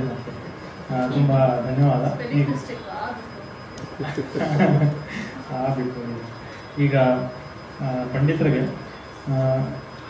ಧರ್ಮಕ್ಕೆ ಸಂದರ್ಭದ ನೆಲೆ ಇದೆ ಅಂತ ಹೇಳಿ ತಾವು ಮಾತಾಡ್ತಾ ಹೇಳಿದ್ವಿ. ಅಂದ್ರೆ ಧರ್ಮವನ್ನ ಯಾವ ರೀತಿ ಅರ್ಥ ಮಾಡ್ಕೋಬೇಕು ಅಂತ ಹೇಳಿದಾಗ ಆಯಾ ಸಂದರ್ಭ, ಕಾಂಟೆಕ್ಸ್ಟ್ ಅನ್ನೋದು ತುಂಬಾ ಮುಖ್ಯ ಅಂತ. ಈಗ ನ್ಯಾಯಾಲಯದಲ್ಲಿ ಒಂದು ಪ್ರಕರಣದಲ್ಲಿ ತೀರ್ಪು ಬಂದು ಒಬ್ಬ ಗೆದ್ರೆ ಅವನು ಇದು ಧರ್ಮಕ್ಕೆ ಸಂದ ಜಯ, ಸತ್ಯಕ್ಕೆ ಸಂದ ಜಯ ಅಂತ ಹೇಳ್ತಾನೆ. ಆದರೆ ಇನ್ನೊಬ್ಬ ಸೋತಿರ್ತಾನೆ, ಅವನು ನನಗೆ ಅನ್ಯಾಯ ಆಗಿದೆ, ನಾನು ಮತ್ತೆ ಮೇಲ್ಮನವಿಗೆ ಹೋಗ್ತೀನಿ ಅಂತ ಹೇಳ್ತಾನೆ. ಈಗ ಸುಪ್ರೀಂ ಕೋರ್ಟ್ನ ಘೋಷವಾಕ್ಯನೂ ಸಹಿತ ಯಥೋ ಧರ್ಮ ತಥೋ ಜಯ ಅಂತ ಇದೆ. ಈ ಸಂದರ್ಭದಲ್ಲಿ ಈ ರೀತಿ ಇದೊಂದು ಉದಾಹರಣೆ ಅಂತಲ್ಲ, ಸಂದರ್ಭ ಕಂಟೆಕ್ಸ್ಟ್ ಅಂತ ನೋಡಿದಾಗ ನಾವು ಎಲ್ಲಿ ಆ ಗೆರೆಯನ್ನು ಹಾಕಬಹುದು. ಧರ್ಮ ಅಂದರೆ ಯಾವುದು, ಅಧರ್ಮ ಅಂದರೆ ಯಾವುದು, ನನ್ನ ಪರವಾಗಿರೋದೆಲ್ಲ ಧರ್ಮ, ಎದುರುಗಡೆ ಇರುವಂಥವ್ರ ಪರವಾಗಿರೋದೆಲ್ಲ ಅಧರ್ಮ ಅನ್ನೋ ರೀತಿ ಆಗ್ತಾ ಇದೆ. ಇದನ್ನು ಎಲ್ಲಿ ನಾವು ಗೆರೆ ಪ್ರತ್ಯೇಕಗೊಳಿಸ್ಕೊಳ್ಳುವಂಥದ್ದು. ಇದು ಬಹಳ ಗಹನವಾದಂಥ ಪ್ರಶ್ನೆ. ಆ ಪ್ರಶ್ನೆಗೆ ಇರುವಂಥ ಎಲ್ಲ ಸ್ತರಗಳಲ್ಲಿ ಅದನ್ನು ಅಟೆಂಡ್ ಮಾಡಕ್ಕೆ ಹೋದರೆ ಸುಮಾರು ಹೊತ್ತಾಗ್ಬಿಡುತ್ತೆ. 8 ಗಂಟೆಗೆ ನಿಲ್ಲಿಸ್ಬೇಕು ಅಂತ ಹೇಳಿದ್ದಾರೆ. ಹಾಗಾಗಿ ಯಾಕೆ ಅಂತ ಹೇಳಿದ್ರೆ ಅದು ಮೇಲ್ನೋಟಕ್ಕೆ ಬಹಳ ಸರಳವಾಗಿ ಕಾಣುತ್ತೆ ನಮಗೆ. ಒಟ್ಟು ನಮ್ಮ ಸಂಸ್ಕೃತಿಯ ಒಟ್ಟು ಚಿಂತನೆ ನಡೆದಿರುವಂಥದ್ದೇ ಈ ಒಂದು ಪ್ರಶ್ನೆಯ ಜಿಜ್ಞಾಸೆ. ಅಂದರೆ ಧರ್ಮ ಯಾವುದು, ಅಧರ್ಮ ಯಾವುದು, ಇದನ್ನು ಹೇಗೆ ನಿರ್ಧಾರ ಮಾಡುವಂಥದ್ದು ಅಂತ. ನನಗೆ ಸರಿ ಇರುವಂಥದ್ದೆಲ್ಲವೂ ಕೂಡ ಧರ್ಮ ಅಂತ ಆಗುತ್ತಾ ಅಂತಾದರೆ ಅದು ವ್ಯಕ್ತಿನಿಷ್ಠವ? ಈ ರೀತಿ ಬಹಳ ಸಂಕೀರ್ಣವಾದಂಥ ಪ್ರಶ್ನೆ. ಏನು ಮಾಡೋದು? ಆದಷ್ಟು ಈಗ ಅದು ಧರ್ಮ ಅನ್ನುವಂಥದ್ದು ಹೇಗೆ ಸಂದರ್ಭನಿಷ್ಠವಾಗಿರುತ್ತೆ ಅಂತೇಳಿ ರೋಹಿತ್ ಒಂದು ಉದಾಹರಣೆಯನ್ನು ಕೊಟ್ಟರು. ನಾವು ಸುಳ್ಳು ಹೇಳುವಂಥದ್ದು ಹೇಗೆ, ಅದು ತುಂಬಾ ಪ್ರಸಿದ್ಧವಾಗಿರುವಂಥದ್ದು. ಮಹಾಭಾರತದ ಕತೆ ಬರುತ್ತೆ, ಅವನು ಸತ್ಯ ಹೇಳೋದಕ್ಕೆ ಆ ಋಷಿ ಸಂಕಲ್ಪ ಮಾಡುವಂಥದ್ದು. ಇನ್ನೊಂದು ಋಷಿ ಕಥೆನೂ ಬರುತ್ತೆ, ಅದು ಈ ಪುಸ್ತಕದಲ್ಲೂ ಇದೆ.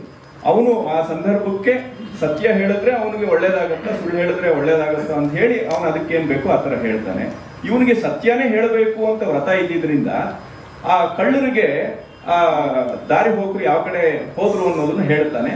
ಹಾಗಾಗಿ ಅದು ಅಧರ್ಮ ಆಗತ್ತೆ, ಇನ್ನೊಂದು ಧರ್ಮ ಆಗತ್ತೆ. ಈ ರೀತಿಯ ಜಿಜ್ಞಾಸೆಗಳೆಲ್ಲ ಇದೆ. ಅದೆಲ್ಲ ಅದು ಮೆಟಫರ್ಸ್. ಅದು ಇದು ಹೇಗೆ ಸತ್ಯ ಅನ್ನುವಂಥದ್ದು, ಧರ್ಮ ಅನ್ನುವಂಥದ್ದು, ಇದನ್ನೆಲ್ಲ ನಾವು ಅರ್ಥ ಮಾಡುವಂಥದ್ದು ಎಷ್ಟು ಕಷ್ಟ ಅಂತ ಹೇಳೋದಕ್ಕೆ ನಮ್ಮ ಪರಂಪರೆ ಸೃಷ್ಟಿ ಮಾಡಿಕೊಂಡಂತ ಮೆಟಫರ್ಸ್ ಅದೆಲ್ಲ ಕೂಡ. ಇದು ಬಹಳ ಸಂಕೀರ್ಣವಾದಂಥ ಪ್ರಶ್ನೆ. ನಿನ್ನೆ ಕೂಡ ನಾವು ಮಧ್ಯರಾತ್ರಿ 2:30ವರೆಗೂ ನಾವು ಚರ್ಚೆ ಮಾಡಿ ನಿರ್ಧಾರ ಮಾಡಕ್ಕಾಗದೆ ಬಿಟ್ಟಿದ್ದೀವಿ. ಯಾವುದು ಧರ್ಮ, ಯಾವ್ದು ಅಧರ್ಮ, ಹೇಗೆ ನಿರ್ಧಾರ ಮಾಡೋದು ಅಂತ. ಅಂದ್ರೆ ನೀವು ವೇದಗಳಿಂದ ನೋಡಿದ್ರು ಕೂಡ ಇದು ಬಹಳ ಗಹನವಾದಂಥ ರೀತಿಯಲ್ಲಿ ಚರ್ಚೆ ಆಗಿರುವಂಥದ್ದು. ಈಗ ಮಹಾಭಾರತವನ್ನು ತಗೊಳ್ಳೋಣ ನಾವು. ನೀವು ಮಹಾಭಾರತದಲ್ಲಿ ನೋಡಿ, ರಾಮಾಯಣದಲ್ಲಿ ಈ ಪ್ರಶ್ನೆ ಸ್ವಲ್ಪ ನೇರವಾಗಿ ಹೋಗುತ್ತೆ. ಧರ್ಮ ಅಧರ್ಮ ಅನ್ನುವಂಥದ್ದು ಸ್ವಲ್ಪ ಮೇಲ್ನೋಟಕ್ಕೆ ನಮಗೆ ಸ್ಪಷ್ಟವಾಗ್ತಿದೆ ಅನ್ನೋ ರೀತಿಯಲ್ಲಿ ಇದೆ. ಬಹಳ ಸರಳ. ರಾಮ ಮಾಡಿದ್ದೆಲ್ಲ ಧರ್ಮ. ಅಲ್ಲಿ ರಾಮ ಕೆಲವೊಂದು ಧರ್ಮಬದ್ಧವಾಗಿ ಮಾಡಿಲ್ಲ ಅನ್ನೋ ಥರದ್ದು ಒಂದು 4 ಪ್ರಸಂಗಗಳನ್ನು ಹೇಳೋದು ಉಂಟು, ಅದು ಪಕ್ಕಕ್ಕಿಡೋಣ. ಆದರೆ ರಾಮ ಅನ್ನುವಂಥ ವಾಲ್ಮೀಕಿಗಳು ರಾಮನನ್ನ ಡಿಫೈನ್ ಮಾಡುವಂಥದ್ದೇ ರಾಮ ಅಂದ್ರೆ ಯಾರು ಅಂತ ಹೇಳಿದ್ರೆ ಅವನು ಧರ್ಮದ ವಿಗ್ರಹ ರೂಪ ಅಂತ. ಆರ್ತಿ ಮಾತಾಡ್ತಾ ಒಂದು ಮಾತು ಹೇಳಿದ್ರು, ಅದು ಧರ್ಮ ಅನ್ನುವಂಥದ್ದು ಬಹಳ ಒಂದು ಅಮೂರ್ತವಾದಂಥ ಕಲ್ಪನೆ ಅಂತ ಹೇಳಿ. ನೀವು ಹೇಳಕ್ಕಾಗೋದಿಲ್ಲ, ಎಲ್ಲಾದ್ರೂ ನೀವು ತೋರಿಸ್ಬೋದಲ್ಲ. ಬಾಟ್ಲು ಅಂತ ಹೇಳಿದ್ರೆ ತೋರಿಸ್ಬೋದು. ಗಾಳಿನ ಹೇಗೆ ತೋರಿಸೋದು? ಗಾಳಿ ಇದೆ ಇಲ್ಲಿ, ಆದ್ರೆ ಹೇಗೆ ತೋರಿಸೋದು? ಈ ಒಂದು ಪ್ರಶ್ನೆ ಬರುತ್ತೆ. ಹಾಗೆ ಈ ಧರ್ಮವನ್ನು ಕೂಡ ಇದು ಧರ್ಮ ಅಂತ ನೀವು ಬೆರಳು ಮಾಡಿ ತೋರಿಸುವಂಥದ್ದು ಕಷ್ಟ. ವಾಲ್ಮೀಕಿಗಳು ಸುಲಭ ಮಾಡ್ಕೊಂಡ್ಬಿಟ್ರು ಅದನ್ನ. ಏನು, ಆ ಧರ್ಮದ ಒಂದು ವಿಗ್ರಹ ಅಮೂರ್ತವಾಗಿರೋದಕ್ಕೆ ಒಂದು ಮೂರ್ತ ರೂಪವನ್ನು ಕೊಟ್ಟು ರಾಮ ಅಂತ ಹೇಳ್ಬಿಟ್ರು. ಅಂದ್ರೆ ಏನು, ರಾಮ ಮಾಡಿದ್ದೆಲ್ಲವೂ ಕೂಡ ಧರ್ಮ ಅಂತ ಆಯಿತು. ಹಾಗಾಗಿ ರಾಮನಲ್ಲಿ ನೀವು ಅಧರ್ಮವನ್ನ ನೀವು ನೋಡ್ಲಿಕ್ಕೆ ಆಗೋದೇ ಇಲ್ಲ. ಆ ಮಟ್ಟದಲ್ಲೂ ಒಂದು ರುಜು, ಒಂದು ನೇರ ಸರಳ ರೇಖೆ ಅದು ಆ ರೀತಿ ಇರುವಂಥದ್ದು. ನೀವು ಅದೇ ಮಹಾಭಾರತಕ್ಕೆ ಬಂದ್ರೆ ನಿಮಗೆ ಗೊಂದಲವೋ ಗೊಂದಲ. ನೀವು ಅದೇ ವಿಷ್ಣುವಿನ ಅವತಾರ ರಾಮ, ಅದೇ ವಿಷ್ಣುವಿನ ಅವತಾರ ಕೃಷ್ಣ. ರಾಮಾವತಾರದಲ್ಲಿ ಹೇಗೆ ನಡ್ಕೊಂಡ, ಕೃಷ್ಣ ಅವತಾರದಲ್ಲಿ ಹೇಗೆ ನಡ್ಕೊಂಡ ಅಂತ ಹೇಳಿದ್ರೆ ಅಲ್ಲಿ ನಡ್ಕೊಂಡಿದ್ದಕ್ಕೆಲ್ಲ ತದ್ವಿರುದ್ಧವಾಗಿದೆ. ಇಲ್ಲಿ ಹೇಗೆ ನಾವು ನಿರ್ಧಾರ ಮಾಡೋದು? ಕೃಷ್ಣ ಮಾಡಿದ್ದು ಕೃಷ್ಣ ನೀವು ಮಹಾಭಾರತದ ಉದ್ದಕ್ಕೂ, ರಾಮಾಯಣದಲ್ಲಿ ವಾಚ್ಯವಾಗಿ ಬರೋಲ್ಲ ಎಷ್ಟೋ ಜಾಗದಲ್ಲಿ, ಮಹಾಭಾರತದಲ್ಲಿ ಉದ್ದಕ್ಕೂ ವಾಚ್ಯವಾಗಿ ಬರುತ್ತೆ. ಏನು ಅಂತ ಹೇಳಿದ್ರೆ ಎಲ್ಲಿ ಧರ್ಮ ಇರುತ್ತೋ ಅಲ್ಲಿ ಜಯ ಇರುತ್ತೆ. ಮಹಾಭಾರತಕ್ಕೆ ಇರುವಂತ ಇನ್ನೊಂದು ಹೆಸರೇ ಜಯ ಅಂತ ಹೇಳಿ. ಅಂದ್ರೆ ಧರ್ಮ ಇದ್ರೆ ಜಯ ಆಗುತ್ತೆ, ಇದು ಈಕ್ವೇಶನ್. ಮಹಾಭಾರತದ ಉದ್ದಕ್ಕೂ ಇದು ಪ್ರತಿಧ್ವನಿ ಆಗ್ತಾನೆ ಇರುತ್ತೆ, ಜಯ, ಧರ್ಮ ಇದ್ರೆ ಜಯ ಇದೆ ಅಂತ. ಅದು ಪದೇ ಎಲ್ಲಾ ಶ್ಲೋಕ, ಇದರಲ್ಲೂ ಅವರು ತುಂಬಾ ಲೇಖಕರು ಕೊಟ್ಟಿದ್ದಾರೆ ಆ ಶ್ಲೋಕಗಳನ್ನೆಲ್ಲ. ಎಲ್ಲಿ ಕೃಷ್ಣನೇ ಧರ್ಮದ ಸ್ವರೂಪ ಅಂತಾನೂ ಬರುತ್ತೆ. ಕೃಷ್ಣ ಎಲ್ಲಿರ್ತಾನೋ ಅಲ್ಲಿ ಧರ್ಮ ಇರುತ್ತೆ, ಎಲ್ಲಿ ಧರ್ಮ ಇರುತ್ತೋ ಅಲ್ಲಿ ಜಯ ಇರುತ್ತೆ ಅಂತ ಒಂದು ಈಕ್ವೇಶನ್ ಇದೆ. ಹೇಗೆ ನಿರ್ಧಾರ? ಕೃಷ್ಣ ಮಾಡಿದ್ದೆಲ್ಲ ನಾವು ಧರ್ಮ ಅಂತ ಹೇಳ್ಕೊಂಡು ಹೋದ್ರೆ ಕೃಷ್ಣನ ಜೀವನಕ್ಕೂ ರಾಮನ ಜೀವನಕ್ಕೂ ಬಹಳ ಅಜಿಗಜ ಅಂತಾರೆ. ಹೇಗೆ ನಿರ್ಧಾರ ಮಾಡುವಂಥದ್ದು? ಇದು ಬಹಳ ಒಂದು ಕಷ್ಟದ ಒಂದು ಸಂದರ್ಭ. ಅದನ್ನ ಕುಮಾರವ್ಯಾಸ ಬಹಳ ಚೆನ್ನಾಗಿ ಅಟೆಂಡ್ ಮಾಡ್ತಾನೆ. ಅದು ನಮ್ಮ ಈಗಿನ ಹೇಗೆ ನಾವು ಧರ್ಮ ಮತ್ತೆ ಸಂಸ್ಕೃತಿ ಅನ್ನುವಂಥದ್ದು ಯಾವ ನೆಲೆಯಲ್ಲಿ ನಾವು ಅರ್ಥ ಮಾಡಬೇಕು ಅನ್ನೋದಕ್ಕೆ ಕೂಡ ಕುಮಾರವ್ಯಾಸ ನಮಗೆ ಮಾದರಿ ಆಗ್ತಾನೆ ಅನ್ನುವಂಥದ್ದು. ಕುಮಾರವ್ಯಾಸ ಮಹಾಭಾರತವನ್ನ ಪೂರ್ತಿ ಬರೀಲಿಲ್ಲ. ಅವನು ಯುದ್ಧ ಮುಗಿದ ಮೇಲೆ ನಿಲ್ಲಿಸಿದ್ದಾನೆ. ಅವನು ಏನ್ ಮಾಡ್ತಾನೆ, ಯುದ್ಧ ಮುಗಿದ ಮೇಲೆ ಕೌರವರೆಲ್ಲರೂ ಕೂಡ ಸತ್ತು ಹೋಗಿದ್ದಾರೆ, ಎಲ್ಲರೂ ಯುದ್ಧದಲ್ಲಿ ಹೋಗಿದ್ದಾರೆ, ಪಾಂಡವರು ಗೆದ್ದಿದ್ದಾರೆ. ಈಗ ಪಾಂಡವ್ರ ಕೈಯಲ್ಲಿ ರಾಜ್ಯ ಬಂದಿದೆ. ರಾಜ್ಯ ಬಂದಿದೆ ಅಂದ್ರೆ ಅಂತಃಪುರನು ಬಂದಿದೆ, ಅರಮನೆ ಎಲ್ಲಾನು ಬಂದಿದೆ ಅಂತ ಹೇಳಿ ಈ ಪಾಂಡವರು ಆ ಅರಮನೆ ಒಳಗಡೆ ಹೋದಾಗ ಯಾವ್ಯಾವ ಅಂತಃಪುರ ಅಂದ್ರೆ ಯಾವ್ಯಾವ ರೂಮಿಗೆ ಯಾರ್ಯಾರು ಹೋದ್ರು ಕುಮಾರವ್ಯಾಸ ಅಲ್ಲಿಗೆ ಎಂಡ್ ಮಾಡ್ತಾನೆ. ಏನು ಅಂತ ಹೇಳಿದ್ರೆ ಧರ್ಮರಾಯ ದುರ್ಯೋಧನ ಮನೆಗೆ ಹೋಗ್ತಾನೆ, ಭೀಮ ದುಶ್ಯಾಸನ ಮನೆಗೆ ಹೋಗ್ತಾನೆ. ಅಂದ್ರೆ ಯಾರು ಧರ್ಮ ಅಧರ್ಮ ಅನ್ನುವಂತ ಒಂದು ಸ್ಪಷ್ಟತೆ ಇತ್ತು. ಈಗ ಈ Duryodhana versus Dharmaraya, Karna versus Arjuna, Bhima versus Dushasana ಅಂತ ಈ ರೀತಿ ಇತ್ತಲ್ವಾ, ಅದೇ ಅವ್ರ ಮನೆಗಳಿಗೆ ಇವ್ರು ಹೋಗ್ತಾರೆ. ರಾಜ್ಯ ಬಂದ ಮೇಲೆ ಗೆದ್ದ ಮೇಲೆ ಅದೇ ಮನೆಗಳಿಗೆ ಹೋಗ್ತಾರೆ. ಸ್ವಾರಸ್ಯ ಅಂತ ಹೇಳಿದ್ರೆ ಮಂತ್ರಿಗಳು ಮಾತ್ರ ದುರ್ಯೋಧನನ ರಾಜ್ಯದಲ್ಲಿ ಯಾರ್ಯಾರು ಮಂತ್ರಿಗಳಾಗಿರ್ತಾರೋ ಅದೇ ಮಂತ್ರಿಗಳು ಧರ್ಮರಾಯನ ಆಡಳಿತದಲ್ಲೂ ಕಂಟಿನ್ಯೂ ಆಗ್ತಾರೆ ಅಂತ. ಮಂತ್ರಿಗಳು ಅವರೇ ಇರ್ತಾರೆ. ಅದೇ ಹೇಳಿದ್ದು. ಅಂದ್ರೆ ಎಷ್ಟು ಅಂದ್ರೆ ಕುಮಾರವ್ಯಾಸ ಏನ್ ಮಾಡ್ತಿದ್ದಾನೆ ಅಂತ ಹೇಳಿದ್ರೆ ಅವನು ಧರ್ಮವನ್ನ ವಿಶ್ಲೇಷಣೆ ಮಾಡ್ತಿದ್ದಾನೆ. ಯಾವುದು ಧರ್ಮ ಅಂತ ತನ್ನ ಕಾಂಟೆಂಪ್ರರಿಯ ಎಷ್ಟೋ ಅಂಶಗಳನ್ನ ತಗೊಂಡು ಮಹಾಭಾರತದ ಧರ್ಮದ ಪರಿಕಲ್ಪನೆಯನ್ನ ಒಂದು ರೂಪಕವಾಗಿ ತಗೊಂಡು ಆ ಅರಮನೆಗೆ ಇವನು ಹೋಗ್ತಿದ್ದಾನೆ ಅಂತ ಹೇಳಿದ್ರೆ ಧರ್ಮರಾಯ ದುರ್ಯೋಧನ ಅರಮನೆಗೆ ಹೋಗ್ತಿದ್ದಾನೆ ಅಂದ್ರೆ ಏನದು ಸಂಕೇತ ಆಗಿದೆ? ಮಂತ್ರಿಗಳು ಅವರೇ ಮುಂದುವರೆದ್ರು ಅಂತ ಹೇಳಿದ್ರೆ ಏನ್ ಸಂಕೇತ? ಇದನ್ನ ಅವನು ಎಕ್ಸ್ಪ್ಲೋರ್ ಮಾಡ್ತಿದ್ದಾನೆ. ಅಂದ್ರೆ ಎಷ್ಟು ಕಷ್ಟ ಆ ಕಾಲಕ್ಕೂ ಈ ಪ್ರಶ್ನೆ ಬಂದಿದೆ. ಅದೆಲ್ಲ ಬಿಟ್ಬಿಡಿ. ರಾಮಾಯಣದ ಮೊದಲನೇ ಪ್ರಶ್ನೆನೆ ಏನು, ವಾಲ್ಮೀಕಿಗಳನ್ನ ನಾರದರು ಏನ್ ಕೇಳ್ತಾರೆ ಈ ಕಾಲದಲ್ಲಿ, ಅಂದ್ರೆ ನಮ್ಮ ಕಾಲದಲ್ಲಿ ಅಲ್ಲ, ಇದು ಇಷ್ಟೆಲ್ಲ ಭ್ರಷ್ಟಾಚಾರದಲ್ಲಿ ನಾವು ಎಷ್ಟನೇ ಸ್ಥಾನದಲ್ಲಿ ಇದ್ದೀವಿ ಅಂತ ಜಂಬ ಕೊಡ್ತಾ ಇದೀವಲ್ಲ, ಈ ಕಾಲದಲ್ಲಿ ಅಲ್ಲದೆ ಸತ್ಯಕಾಲ ಅಂತ ರಾಮ ಇದ್ದ ಕಾಲದಲ್ಲೇ ವಾಲ್ಮೀಕಿಗಳಿಗೆ ಬಂದ ಪ್ರಶ್ನೆ ಏನು ಅಂತ ಹೇಳಿದ್ರೆ ಧರ್ಮವಂತ ಅನ್ನುವಂಥವ್ರು ಯಾರಿದ್ದಾರೆ ಅಂತ. ಈಗ ಈ ಕಾಲದಲ್ಲಿ ಧರ್ಮವಂತ ಯಾರಿದ್ದಾನೆ ಅನ್ನುವಂಥದ್ದೇ ಪ್ರಶ್ನೆ ಬರುವಂಥದ್ದು. ನಾರದರನ್ನು ಕೇಳ್ತಾರೆ. ನಾರದರನ್ನು ಯಾಕೆ ಕೇಳ್ತಾರೆ ಅಂತ ಹೇಳಿದ್ರೆ ನಾರದ ಜರ್ನಲಿಸ್ಟ್ ಅಂತ ತಾನೆ. ಅಂದ್ರೆ ಎಲ್ಲರೂ ಟೆರರಿಸ್ಟ್ಗಳ ಹತ್ರನೂ ಹೋಗ್ಬೋದು, ಪೊಲೀಸರ ಹತ್ರನೂ ಹೋಗ್ಬೋದು, ಮಿಲಿಟರಿ ಹತ್ರನೂ ಹೋಗ್ಬೋದು. ಇವ್ರು ಮೂರು ಲೋಕನ ಸಂಚಾರ ಮಾಡೋದ್ರಿಂದ ಇವ್ರು ಮೂರು ಲೋಕದಲ್ಲಿ ಇರುವಂತವ್ರನ್ನು ಹೇಳಬಲ್ಲರು ಅಂತ. ಆದ್ರೆ ನಾರದ್ರು ಹೇಳ್ತಾರೆ ಆ ಥರದವ್ರು ಯಾರು ಕಾಣ್ತಾ ಇಲ್ಲ ಅಂತ. ಬಹಳ ತಲೆ ಕೇಳ್ಕೊಂಡು ಹೇಳ್ತಾರೆ ರಾಮ ಅನ್ನುವಂಥವ್ನು ಒಬ್ಬನು ಇದ್ದಾನೆ ಅಂತ ಹೇಳಿ ಜನರಿಂದ ಕೇಳಲ್ಪಟ್ಟಿದ್ದೀನಿ ಅಂತ ಹೇಳ್ತಾರೆ. ಅಂದ್ರೆ ಧರ್ಮದ ಸ್ವರೂಪವನ್ನ ಅರ್ಥ ಮಾಡ್ಕೊಳ್ಳೋದಿಕ್ಕೆ ಎಷ್ಟು ಕಷ್ಟ ಅಂತ ವಾಲ್ಮೀಕಿಗಳಿಗೆ ಬಂದಂತ ಪ್ರಶ್ನೆ. ಧರ್ಮ ಅಂದ್ರೆ ಏನು? ಇಂಥ ಒಂದು ಪ್ರಶ್ನೆಯನ್ನ ನಾವು ಹೇಗೆ ತಗೊಳ್ಳೋದು, ಯಾವ್ದು ಧರ್ಮ ಯಾವ್ದು ಅಧರ್ಮ ಅಂತ ನಿರ್ಧಾರ ಮಾಡುವಂಥದ್ದು ಇದೆಯಲ್ಲ, ಅದು ಬಹಳ ಒಂದು ಕಷ್ಟದ ಒಂದು ಪ್ರಶ್ನೆ ಅದು. ಹಾಗಾಗಿ ನಾನು ಹೇಳುವಂಥದ್ದು ಏನು ಅಂತ ಹೇಳಿದ್ರೆ ಈ ರೀತಿಯ ಎಲ್ಲ ರೋಹಿತ್ ಒಂದೆರಡು ಅದರಲ್ಲಿರುವಂತ ಬೇರೆ ರೀತಿಯ ತಮ್ಮ ಭಿನ್ನಾಭಿಪ್ರಾಯಗಳು ಹೇಳೋದು. ನನಗೆ ನಾನೇ ಭಿನ್ನಾಭಿಪ್ರಾಯ ಹೇಳೋದು ಅಂತಂದ್ರೆ ನನಗೆ ಈ ರೀತಿಯ ಪುಸ್ತಕದ ಬಗ್ಗೆನೇ ಭಿನ್ನಾಭಿಪ್ರಾಯ ಇದೆ ಒಟ್ಟಾಗಿ. ಯಾಕೆ ಅಂತ ಹೇಳಿದ್ರೆ ಇದು ಧರ್ಮ ಅದರ ಎಲ್ಲ ಶ್ಲೋಕಗಳನ್ನ ನಾವು ಕೊಂಡಿಸ್ತಾ ಹೋಗ್ತೀವಿ, ಬಟ್ ಅದು ಎಲ್ಲಿ ಟ್ರಾನ್ಸ್ಲೇಟ್ ಆಗುತ್ತೆ ಅದು ಒಂದು ಜಿಜ್ಞಾಸೆ ಆಗ್ಬೇಕಲ್ವಾ. ಇವಾಗ ರಾಮಾಯಣ ಮಹಾಭಾರತದಲ್ಲೇ ಇದಕ್ಕಿಂತ ಚೆನ್ನಾಗಿತ್ತು, ಅದರಲ್ಲಿ ಇರುವಂತ ಕೊಟೇಶನ್ಸೇ ರಾಮಾಯಣ ಮಹಾಭಾರತದ್ದು. ಹಾಗಿದ್ರೆ ಏನು ಇದರ ಅನ್ವಯ ಹೇಗೆ? ಅದು ಮೊದಲಲ್ಲೇ ಅವ್ರ ಪ್ರಶ್ನೆನೂ ಅವರು ಮಾಡ್ಕೊಳ್ತಾರೆ. ಇದು ಸಂಸ್ಕೃತ ಧರ್ಮ ಅನ್ನುವಂಥದ್ದು ಇದೇನಿದೆ, ಇದು ಕೇವಲ ಈ ರೀತಿ ಬರೆಯೋದ್ರಿಂದ ಪ್ರಯೋಜನ ಇಲ್ಲ. ಧರ್ಮವು ಕೇವಲ ಸೈದ್ಧಾಂತಿಕ ರೂಪದಲ್ಲಿದ್ದರೆ ಸಾಲದು, ಜನಜೀವನದಲ್ಲಿಯೂ ಅದರ ಅಳವಡಿಕೆಯಾಗಬೇಕು ಅಂತ ಹೇಳ್ತಾರೆ. ಅಂದ್ರೆ ಈ ಅಳವಡಿಕೆ ಆಗೋದಕ್ಕೆ ಹೇಗೆ ಸಾಧ್ಯ, ಅಡ್ಡಿಯಾಗಿರುವಂಥದ್ದು ಏನು, ಇದ್ರ ಬಗ್ಗೆ ನಾವು ಪ್ರಶ್ನೆಯನ್ನ ಮಾಡಬೇಕು ಅಂತ. ಅದಕ್ಕೆ ಹೇಳುವಂಥದ್ದು ಧರ್ಮವನ್ನ ಅವರು ಅಪೌರುಷೇಯ ಅಂತ ಯಾಕೆ ಹೇಳ್ತಾರೆ ಅಂತ ಹೇಳಿದ್ರೆ ಅದು ನನ್ನ ಭಾವಬುದ್ಧಿಗಳ ಸಂಕೋಲೆಗೆ ಸಿಕ್ಕುವಂಥದ್ದಲ್ಲ, ಅದು ತನ್ನ ಪಾಡಿಗೆ ತಾನು ಇರುತ್ತದೆ. ನಾವು ಏನೋ ಅದಕ್ಕೆ ಸ್ಪಂದಿಸ್ತಾ ಇರ್ತೀವಿ, ಸ್ಪಂದಿಸೋ ಥರ ಮಾಡ್ತಿರ್ತೀವಿ, ಏನೇನೋ ಹೇಳ್ತಾ ಇರ್ತೀವಿ, ಆದರೆ ಅದು ತನ್ನ ಪಾಡಿಗೆ ತಾನು ಬೆಳಗುತ್ತಾ ಇರುತ್ತೆ. ಆ ಬೆಳಕಲ್ಲಿ ನಮ್ಮ ಜೀವನವನ್ನು ನಾವೆಷ್ಟು ಕಂಡುಕೊಂಡಿದ್ದೀವಿ ಅನ್ನುವಂಥ ಪ್ರಶ್ನೆ ಮುಖ್ಯ ಆಗತ್ತೆ ಹೊರತು ಅದು ಧರ್ಮವೋ ಅಧರ್ಮವೋ ಅನ್ನುವಂಥ ನಿರ್ಧಾರ ತೀರ್ಮಾನ ಮಾಡುವಂಥ ಶಕ್ತಿ ನಮಗೆ ಇರೋದಿಲ್ಲ ಅಂತ. ನಮ್ಮ ರಾಮಾಯಣ ಮಹಾಭಾರತಗಳಲ್ಲಿ ನಮ್ಮ ಪರಂಪರೆ ಏನು ಆ ರೂಪಕಗಳಲ್ಲಿ ಹೇಳೋದಕ್ಕೆ ಪ್ರಯತ್ನ ಪಟ್ಟಿದೆ ಅಂತ ಹೇಳಿದ್ರೆ, ನೀವು ಧರ್ಮ ಇಸ್ ಈಕ್ವಲ್ ಟು ರಾಮ ಅಂತ ಹೇಳಿದ್ರಿ. ನೀವು ಧರ್ಮನ ಹೀಗೆ ಅನ್ಕೊಂಡ್ಬಿಟ್ರೆ, ಇಲ್ಲಪ್ಪ ಧರ್ಮಕ್ಕೆ ಆ ಕೃಷ್ಣನ ಸ್ವರೂಪನೂ ಇದೆ ನೋಡಿ ಅಂತ ಹೇಳಿ. ಸ್ವಾರಸ್ಯ ಅಂತ ಹೇಳಿದ್ರೆ ಪರಂಪರೆ ರಾಮನನ್ನು ಪೂರ್ಣಾವತಾರ ಅಂತ ಹೇಳೋಲ್ಲ, ಕೃಷ್ಣನನ್ನೇ ಪೂರ್ಣಾವತಾರ ಅಂತ ಹೇಳುವಂಥದ್ದು. ಕೃಷ್ಣನ ಜೀವನ ಎಷ್ಟು ಕಾಂಟ್ರಾಡಿಕ್ಷನ್ಸ್ ಅಂತ ಅನ್ಸುತ್ತೆ ನಮಗೆ. ಕುಮಾರವ್ಯಾಸನನ್ನು ಓದ್ತಿದ್ರೆ ನಮಗೆ ಗೊತ್ತಾಗುತ್ತೆ. ಅಂದ್ರೆ ಆ ಧರ್ಮದ ಒಂದು ನಡೆ ಹೇಗಿರುತ್ತೆ ಅನ್ನೋದಕ್ಕೆ ಕೃಷ್ಣನನ್ನ ಮುಖ್ಯವಾಗಿ ಇಟ್ಕೊಂಡು ಕುಮಾರವ್ಯಾಸ ಬಹಳ ಅದ್ಭುತವಾಗಿ ಹೇಳ್ತಾನೆ. ಕರ್ಣನನ್ನ ಸಾಯಿಸುವಂತ ಸಂದರ್ಭದಲ್ಲಿ ಅಥವಾ ಭೀಷ್ಮರನ್ನ ಸಾಯಿಸುವಂತ ಸಂದರ್ಭದಲ್ಲಿ ಹೇಳ್ತಾನೆ, ಅವನು ಕೃಷ್ಣ ಬಾಹಿರದಲ್ಲಿ ಕೆರಳಿದನು, ಹೊರಗಡೆ ಕೋಪಪಟ್ಟು ಅವನು ಚಕ್ರನ್ ಬಿಟ್ಟ, ಆದ್ರೆ ಮನದಲ್ಲಿ ಮರುಗಿದನು.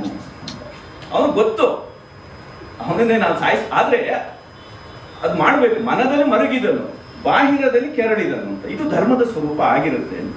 ಇದು ಹೇಗೆ ಅಂತ ಹೇಳಿದ್ರೆ, ಸರಳವಾದಂತ ಲೌಕಿಕ ಉದಾಹರಣೆ ಕೊಡೋದಿದ್ರೆ, ಮಕ್ಕಳಿಗೆ 4 ಬಾರಿಸಿ ಊಟ ಮಾಡಿಸೋತರ, 4 ಬಾರಿಸಿ ಇಂಜೆಕ್ಷನ್ ಕೊಡಿಸೋತರ, ನಾವು ವ್ಯಾಕ್ಸಿನೇಷನ್ ತಗೊಳ್ಳೋ ತರ, ಈ ತರದ್ದು. ನೋವು ಆಗೋದಿಲ್ವಾ? ಆಗತ್ತೆ. ನೋವು ಮಾಡದೇ ಇರೋದೇ ಧರ್ಮ ಅಂತ ಹೇಳ್ತೀವಿ. ಆದ್ರೆ ಈಗ ನೋವು ಮಾಡದೇ ಇದ್ರೆ ಪ್ರಾಣನೇ ಉಳಿಯೋದಿಲ್ಲ. ಹೀಗೆ ಆ ಧರ್ಮದ ಜಿಜ್ಞಾಸೆ ಅನ್ನುವಂಥದ್ದು ಬಹಳ ಕಷ್ಟ. ನನಗೆ ಈ ಸಂದರ್ಭದಲ್ಲಿ ರಘುವಂಶದ ಒಂದು ರೂಪಕ ಕೂಡ ಬಹಳ ಇಷ್ಟ ಆಗುತ್ತೆ. ಬಟ್ ಅದೆಲ್ಲ ಹೇಳಿದ್ರೆ ದೊಡ್ಡ ಉಪನ್ಯಾಸ ಆಗತ್ತೆ. ಹಾಗಾಗಿ ಇದು ಪ್ರಶ್ನೆ ಬಹಳ ಕಠಿಣವಾದ್ದು. ನಾನು ಹೇಳೋದು ಈ ರೀತಿಯ ಚಿಂತನೆಯಲ್ಲಿ, ಅಂದ್ರೆ ಇವರು ಅಂತಲ್ಲ, ನಮ್ಮ ಒಟ್ಟು ನಾವು ಏನ್ ಹೇಳ್ತೀವಿ ಇವಾಗ ಧರ್ಮ ಸಂಸ್ಕೃತಿ ಬಗ್ಗೆ ಅಂತ ಹೇಳಿದ್ರೆ, ರಾಮಾಯಣದಲ್ಲಿ ಇದಿದೆ, ಮಹಾಭಾರತದಲ್ಲಿ ವೇದದಲ್ಲಿ ಅದಿದೆ, ಮನುಸ್ಮೃತಿಲಿ ಅದಿದೆ, ಅದಿದೆ, ಇದಿದೆ ಅಂತ ಟಕ ಟಕ ಟಕ ಟಕ ಅಂತ ಬಯಟ್ ಮಾಡಿ ಹೊಡಿತಾ ಇರ್ತೀವಿ. ಅದು ಸಾವಿರಾರು ವರ್ಷದಿಂದ ನಡೀತಾ ಇದೆ. ಬಟ್ ಅದು ಎಲ್ಲಿ ನಮ್ಮ ಜೀವನಗಳಲ್ಲಿ ಅದು ಎಲ್ಲಿ ಹಾಸುಹೊಕ್ಕಾಗಿದೆ ಅಂತ. ಏನು ಹಸುವಾಗಿದೆಯೋ? ಹಸುವಾಗಿದೆ. ಊಟ ಮಾಡ್ತೀರಾ? ಮಾಡ್ತೀವಿ. ನಮ್ಮ ಮನೇಲಿ ಇವತ್ತು ದೋಸೆ ಮಾಡ್ತೀವಿ, ಇಡ್ಲಿ ಮಾಡ್ತೀವಿ, ಪೂರಿ ಮಾಡ್ತೀವಿ, ಅದು ಮಾಡ್ತೀವಿ, ಇದು ಮಾಡ್ತೀವಿ ಅಂತ ಹೇಳ್ತಿರೋ ಪ್ರಯೋಜನ ಏನು? ಹಸುವೆ ಆಗಿರೋನಿಗೆ ನೀವು ಹಾಕ್ಬೇಕಲ್ವ ಏನಾದ್ರು, ಈ ಕೆಲಸವನ್ನು ಮಾಡಬೇಕು. ಇದು ಹೇಗಾಗತ್ತೆ? ಇದು ಬಹಳ ಕಷ್ಟದ ಕೆಲಸ. ಇದು ಅಂದ್ರೆ ನಮ್ಮನ್ನು ನಾವು ಆತ್ಮಾವಲೋಕನ ಮಾಡಿಕೊಳ್ಳದ ಹೊರತು ಧರ್ಮ ಅನ್ನುವಂಥದ್ದಾಗಲಿ ಸಂಸ್ಕೃತಿ ಅನ್ನುವಂಥದ್ದಾಗಲಿ ನೆಲೆಯಾಗೋದಿಲ್ಲ ಅಂತ ಕುಮಾರಸ್ವಾಮಿ ಅವರು ಒಂದು ಮಾತನ್ನು ಹೇಳ್ತಾರೆ. ಅದನ್ನ ಹೇಳಿ ನಾನು ಮುಗಿಸ್ಬಿಡ್ತೀನಿ. ನೀವೇನು ಹೆದರಬೇಡಿ, ಕುಮಾರಸ್ವಾಮಿ ತಗೊಂಡ್ರೆ ಅವ್ರು ನಿಲ್ಸೋದಿಲ್ಲ ಅಂತ. ಕಲ್ಚರ್ ಅಂದ್ರೆ ಏನು ಅಂತ ಕುಮಾರಸ್ವಾಮಿ ಅವರು ಅನಂತ್ ಕುಮಾರಸ್ವಾಮಿ ಅಂತ ಹೇಳಿ ನನಗೆ ಅದು ಬಹಳ ಪ್ರಸಂಗ. ನಾನು ನನ್ನ ಬಗ್ಗೆ ಪೇಪರಲ್ಲೇ ಬರೆದಿದ್ದು.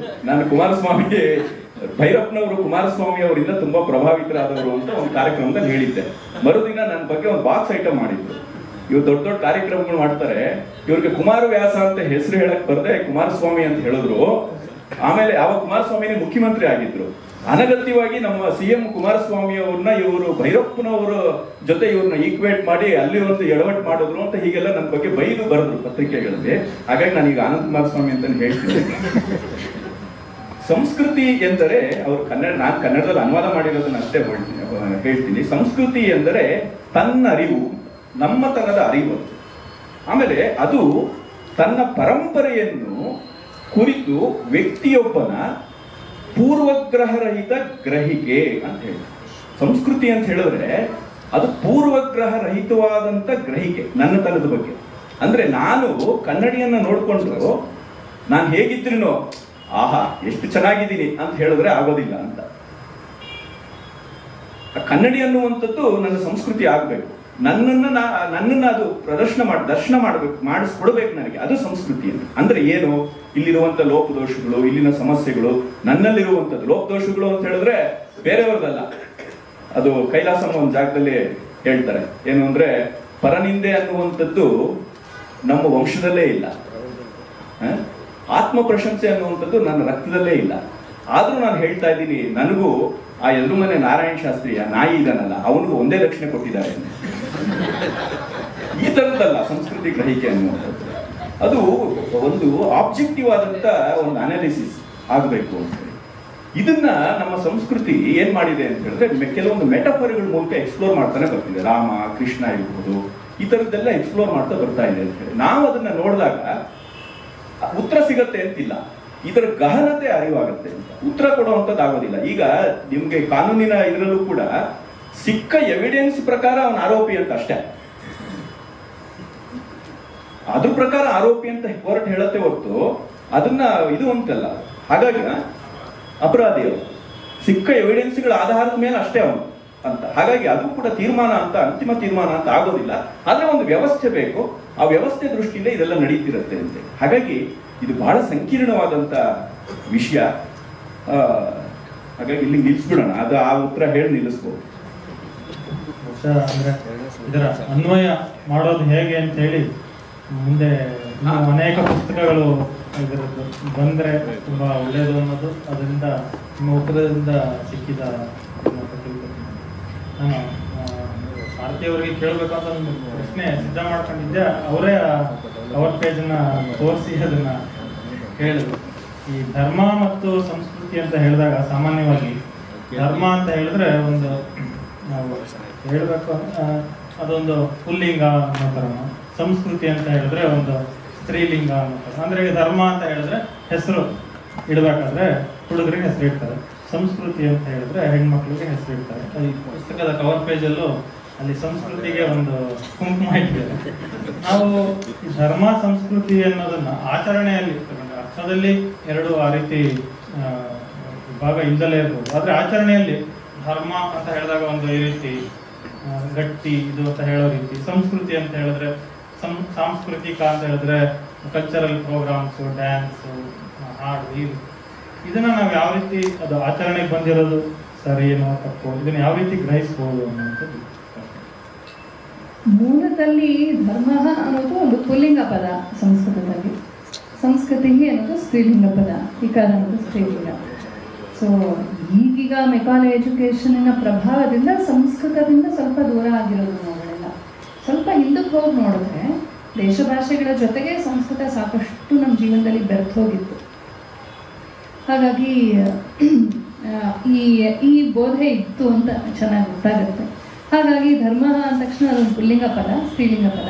ಈ ಪದಕ್ಕೆ ಆ್ಯಕ್ಚುಲಿ ನಾವು ಹೇಳುವ ಜೆಂಡರ್ ಇಲ್ಲ, ಅದಕ್ಕೇನು ದೇಹ ಇಲ್ವಲ್ಲ. ಹಾಗಾಗಿ ಆ ಥರದ ಜೆಂಡರ್ ಇಲ್ಲದೆ ಹೋದ್ರು ವ್ಯವಹಾರಕ್ಕೆ ಆ ಥರ ಹೇಳಬೇಕಾಗತ್ತೆ. ಈಗ ಪರಂ ಬ್ರಹ್ಮ ಅದು ನಪುಂಸಕಲಿಂಗ ಪದ ಆಯ್ತಾ, ಬ್ರಹ್ಮದೇವ ಇದ್ದಾನೆ ಅದು ಪುಲ್ಲಿಂಗ ಪದ, ಶಕ್ತಿ ಅದು ಸ್ತ್ರೀಲಿಂಗ ಪದ. ಸೊ ಇದನ್ನ ನಾವು ಒಂದು ಮೂರ್ತ ರೂಪಕ್ಕೆ ತಂದು ನಮಗೆ ಚಿಂತನೆಗೆ, ನಮ್ಮ ಉಪಾಸನೆಗೆ, ಆರಾಧನೆಗೆ ಎಸ್ತಟೈಸ್ ಮಾಡಬೇಕಾದಾಗ ಇದೆಲ್ಲ ಸೇರ್ಕೊಳ್ತಾ ಹೋಗುತ್ತೆ.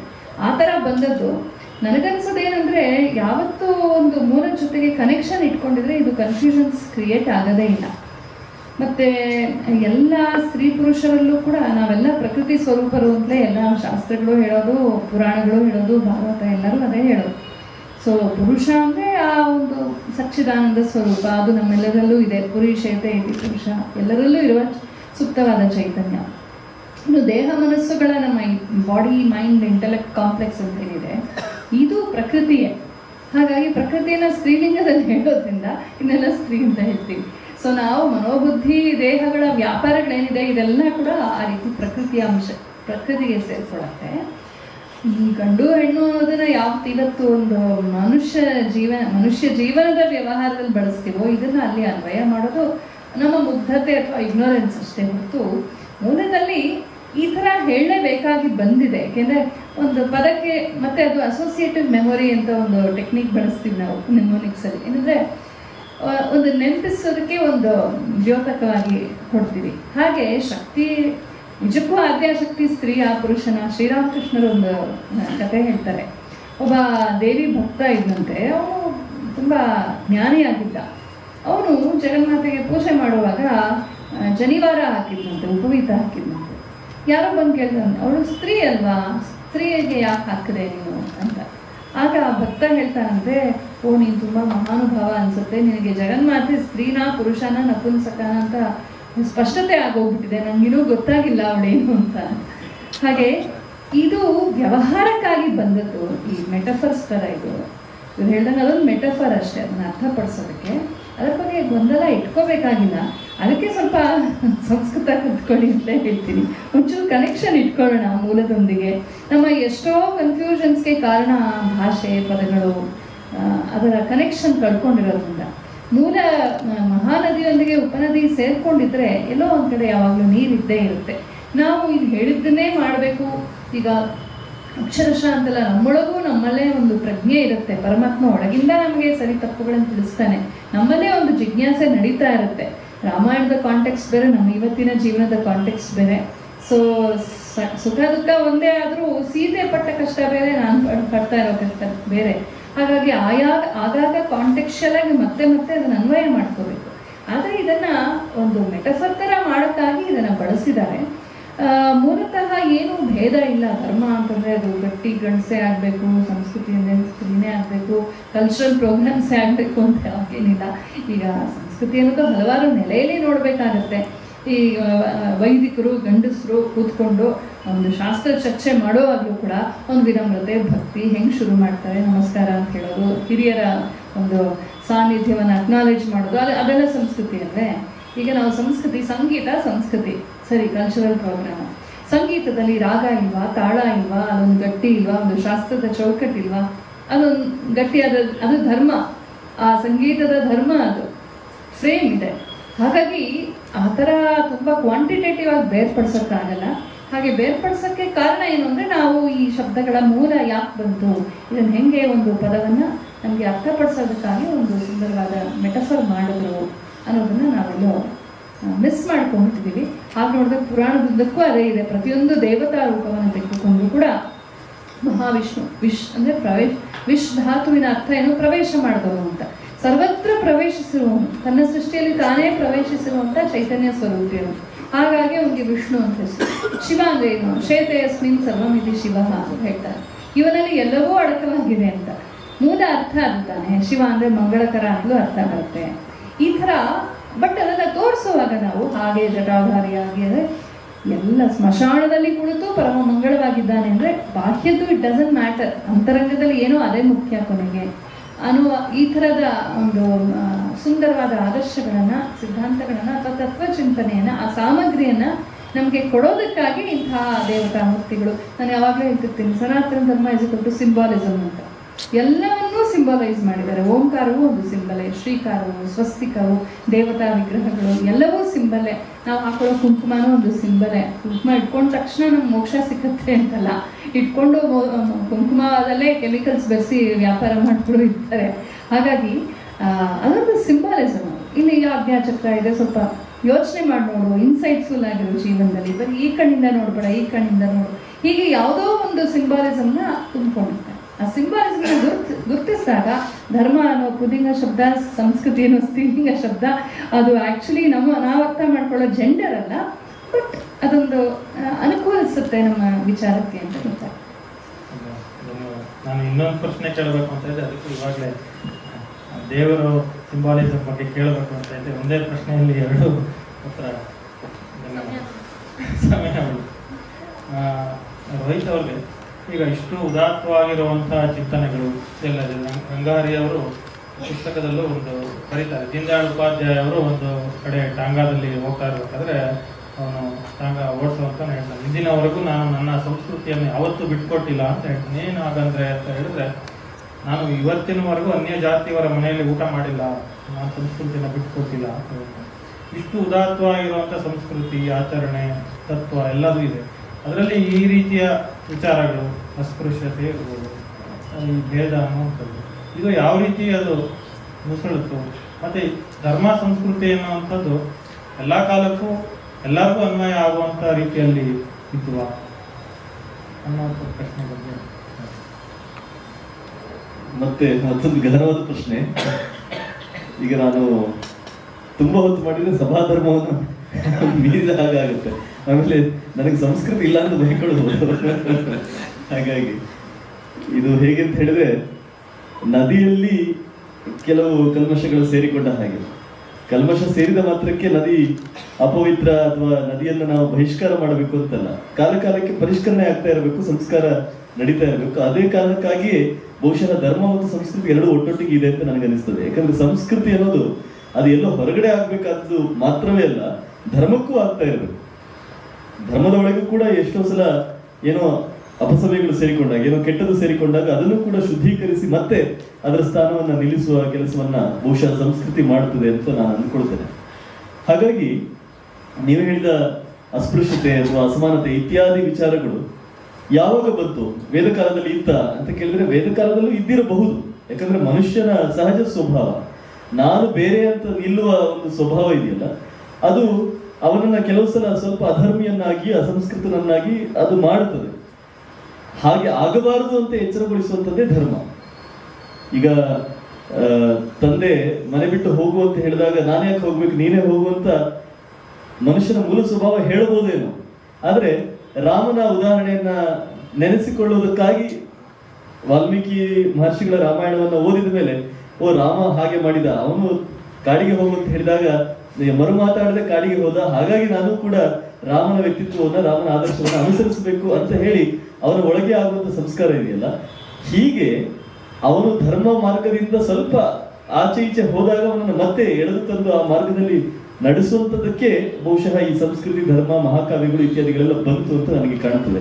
ಉದಾಹರಣೆಗೆ ಅಜ್ಯೇಷ್ಠಾಸು ಅಕನಿಷ್ಠಾಸ ಅಂತ ಹೇಳಿ ವೇದಗಳೇ ಹೇಳ್ತವೆ. ಯಾರು ದೊಡ್ಡವರಲ್ಲ, ಯಾರು ಚಿಕ್ಕವರಲ್ಲ, ನಾವೆಲ್ಲರೂ ಸಹೋದರರಾಗಿ ನಾವು ಕೆಲಸ ಮಾಡ್ತಾ ಇರೋರು ಅಂತ ವೇದಗಳೇ ಹೇಳ್ತವೆ. ಹಾಗಂತ ಹೇಳಿದ ಮಾತ್ರಕ್ಕೆ ವೇದ ಕಾಲದಲ್ಲಿ ಅಸಮಾನತೆ ಇದ್ದಿರ್ಲಿಕ್ಕಿಲ್ವೋ ಅಂತ ಹೇಳಿದ್ರೆ ಖಂಡಿತವಾಗಿ ಇದ್ದಿರಬಹುದು, ಯಾರು ಆಚರಣೆ ಮಾಡಿರಬಹುದು. ಹಾಗೆ ಆಚರಣೆ ಮಾಡಬಾರದು, ನಾವೆಲ್ಲ ಸಮಾನರಾಗಿರ್ಬೇಕು, ನಾವು ಅಣ್ಣ ತಮ್ಮಂದಿರ ಹಾಗೆ ಬಾಳಬೇಕು ಅನ್ನುವ ಒಂದು ಸಂದೇಶವನ್ನು ಹೇಳುವುದಕ್ಕೋಸ್ಕರವೇ ಅದನ್ನ ವೇದಗಳಲ್ಲಿ ಮೂರ್ತೀಕರಿಸಿದ್ರು ಅಂತ ನಾನು ಅಂದ್ಕೊಳ್ತೇನೆ. ಪೂರ್ವ ಪಕ್ಷದಲ್ಲಿ ಆ ರೀತಿ ಒಂದು ಆಗಿದ್ದಕ್ಕೋಸ್ಕರವೇ ಅದು ಈ ಮಾತುಗಳು ಬಂದಿರಬಹುದು. ಈಗ ಆ ಕಾಲದಲ್ಲೂ ಅಧರ್ಮ ಇತ್ತು, ಆ ಕಾಲದಲ್ಲೂ ಅಸಂಸ್ಕೃತಿ ಇತ್ತು ಅನ್ನೋದಕ್ಕೆ ನಮ್ಮಲ್ಲಿ ಕೌರವರ ಅಥವಾ ರಾವಣನ ಉದಾಹರಣೆ ಇದೆಯಲ್ಲ. ಎಲ್ಲರೂ ಒಳ್ಳೆಯವರೇ ಆಗಿದ್ರೆ ಮಹಾಭಾರತವನ್ನು ಬರೀಬೇಕಾದ ಅವಶ್ಯಕತೆ ಇರಲಿಲ್ಲ, ರಾಮಾಯಣವನ್ನ ಸೃಷ್ಟಿಸಬೇಕಾದ ಅವಶ್ಯಕತೆ ಇರಲಿಲ್ಲ. ಆ ಕಾಲದಲ್ಲೂ ಆ ರೀತಿ ಎಲ್ಲ ವ್ಯಕ್ತಿತ್ವಗಳು ಇತ್ತು. ಮತ್ತು ಹೀಗಾಗಬಾರದು ಅನ್ನುವ ಒಂದು ಉದಾಹರಣೆಯನ್ನು ಕೊಡುವುದಕ್ಕೋಸ್ಕರವೇ ಮಹಾಕಾವ್ಯಗಳನ್ನು, ಶಾಸ್ತ್ರ ಗ್ರಂಥಗಳನ್ನು ಬರೆದ್ರು ಅಂತ ನಾನು ಅಂದುಕೊಳ್ಳುತ್ತೇನೆ. ಮತ್ತು ನಮ್ಮಲ್ಲಿ ಏನನ್ನೇ ಹೇಳುವುದಾದ್ರೂ ಕೂಡ ಅದನ್ನ ಕಾನೂನು ಪುಸ್ತಕದ ರೀತಿಯಲ್ಲಿ ಹೇಳುವಂತಹ ಉದಾಹರಣೆ ಇಲ್ಲ. ಕಾನೂನು ಪುಸ್ತಕದ ರೀತಿಯಲ್ಲಿ ಹೇಳುವುದು ಅದು ಬಹುಶಃ ಪಾಶ್ಚಾತ್ಯ ಪರಿಕಲ್ಪನೆ ಇರಬಹುದು. ಅದಕ್ಕೋಸ್ಕರವೇ ಬಹುಶಃ ಬ್ರಿಟಿಷರಿಗೆ ಈ ನೆಲಕ್ಕೆ ಬಂದಾಗ ಇವರು ಒಂದೊಂದು ಕಡೆಯಲ್ಲಿ ಒಂದೊಂದು ಪಂಚಾಯಿತಿ ಮಾಡ್ತಾರಲ್ಲ, ಇವರಿಗೆ ಒಂದು ಕಾನೂನು ಪುಸ್ತಕ ಇಲ್ವಲ್ಲ ಯಾಕೆ ಅನ್ನೋ ಒಂದು ಪ್ರಶ್ನೆ ಅವರಿಗೆ ಬಂದದ ಕಾರಣ ಏನು ಅಂತ ಹೇಳಿದ್ರೆ, ನಮ್ಮಲ್ಲಿ ಆ ರೀತಿ ಯಾವುದೇ ಒಂದು ಧರ್ಮವನ್ನ ಒಂದು ಪುಸ್ತಕದಲ್ಲಿ ಲಿಪೀಕರಣ ಮಾಡಿ ಅದನ್ನ ಹೇಳುವಂತ ಪದ್ಧತಿ ಇರಲಿಲ್ಲ. ಹಾಗಾದ್ರೆ ಶಾಸ್ತ್ರ ಗ್ರಂಥಗಳು ಇರಲಿಲ್ಲ, ಮನುಸ್ಮೃತಿ ಇರಲಿಲ್ಲ ಅಂತ ಹೇಳಿದ್ರೆ ಅದು ಇತ್ತು. ಅದು ಇದ್ದದ್ದು ಕಾನೂನು ಪುಸ್ತಕದ ರೀತಿಯಲ್ಲಿ ಅಲ್ಲ, ಅದೊಂದು ರೀತಿಯಲ್ಲಿ ನೀನು ಈ ರೀತಿ ನಡೆದರೆ ಚೆನ್ನು ಅಂತ ಹೇಳುವ ಒಂದು ಮಾರ್ಗದರ್ಶನ. ನಾವಿವತ್ತು ಸಂವಿಧಾನದ ಭಾಷೆಯಲ್ಲಿ ಹೇಳುವುದಾದ್ರೆ ಅದು ಡೈರೆಕ್ಟಿವ್ ಪ್ರಿನ್ಸಿಪಲ್ಸ್ ಅಂತ ಹೇಳ್ತೇವಲ್ಲ, ನಿರ್ದೇಶಕ ತತ್ವಗಳು ಅಂತ. ಈ ರೀತಿ ನೀವು ಹೋದರೆ ಸರಿಯಾಗಿರುತ್ತೆ, ನಮ್ಮ ಸಮಾಜ, ನಮ್ಮ ವ್ಯಕ್ತಿತ್ವ ಎಲ್ಲವೂ ಕೂಡ ಸರಿಯಾಗಿರುತ್ತೆ ಅಂತ ಹೇಳುವಂತ ನಿರ್ದೇಶಕ ತತ್ವಗಳನ್ನು ಸಂಗ್ರಹಿಸಿಕೊಟ್ಟದ್ದೇ ಮನುಸ್ಮೃತಿ ಅಂತ ನನ್ನ ವೈಯಕ್ತಿಕವಾದಂತ ಅಭಿಪ್ರಾಯ. ಹಾಗಾದ್ರೆ ಈ ಜನರನ್ನ ಸರಿದಾರಿಯಲ್ಲಿ ನಡೆಸೋದು ಹೇಗೆ ಅಂತ ಹೇಳುವುದಾದ್ರೆ ಅದಕ್ಕೋಸ್ಕರವೇ ಅನೇಕ ಪಾತ್ರಗಳಿರುವಂತಹ ಮಹಾಭಾರತ, ಅನೇಕ ಪಾತ್ರಗಳಿರುವಂತಹ ರಾಮಾಯಣ. ಈಗಾಗಲೇ ಪಂಡಿತರು ರಾಮಾಯಣ ಮಹಾಭಾರತಗಳ ಉದಾಹರಣೆಯನ್ನು ಕೊಟ್ಟರು. ನನಗೆ ಯಾವತ್ತೂ ಅನಿಸಿದೆ ರಾಮಾಯಣ ಬಹುಶಃ ಮನುಷ್ಯ ಹೀಗಿರಬೇಕು ಅಂತ ಹೇಳುವಂತ ಕಾವ್ಯ, ಮಹಾಭಾರತ ಮನುಷ್ಯ ಹೀಗಿದ್ದಾನೆ ನೋಡಿ ಅಂತ ಹೇಳುವಂತ ಕಾವ್ಯ. ಅದಕ್ಕೋಸ್ಕರವೇ ಮಹಾಭಾರತದಲ್ಲಿ ಬಹಳಷ್ಟು ಶೇಡುಗಳು, ಛಾಯೆಗಳು ಬಹಳಷ್ಟು ಆಗ್ತವೆ.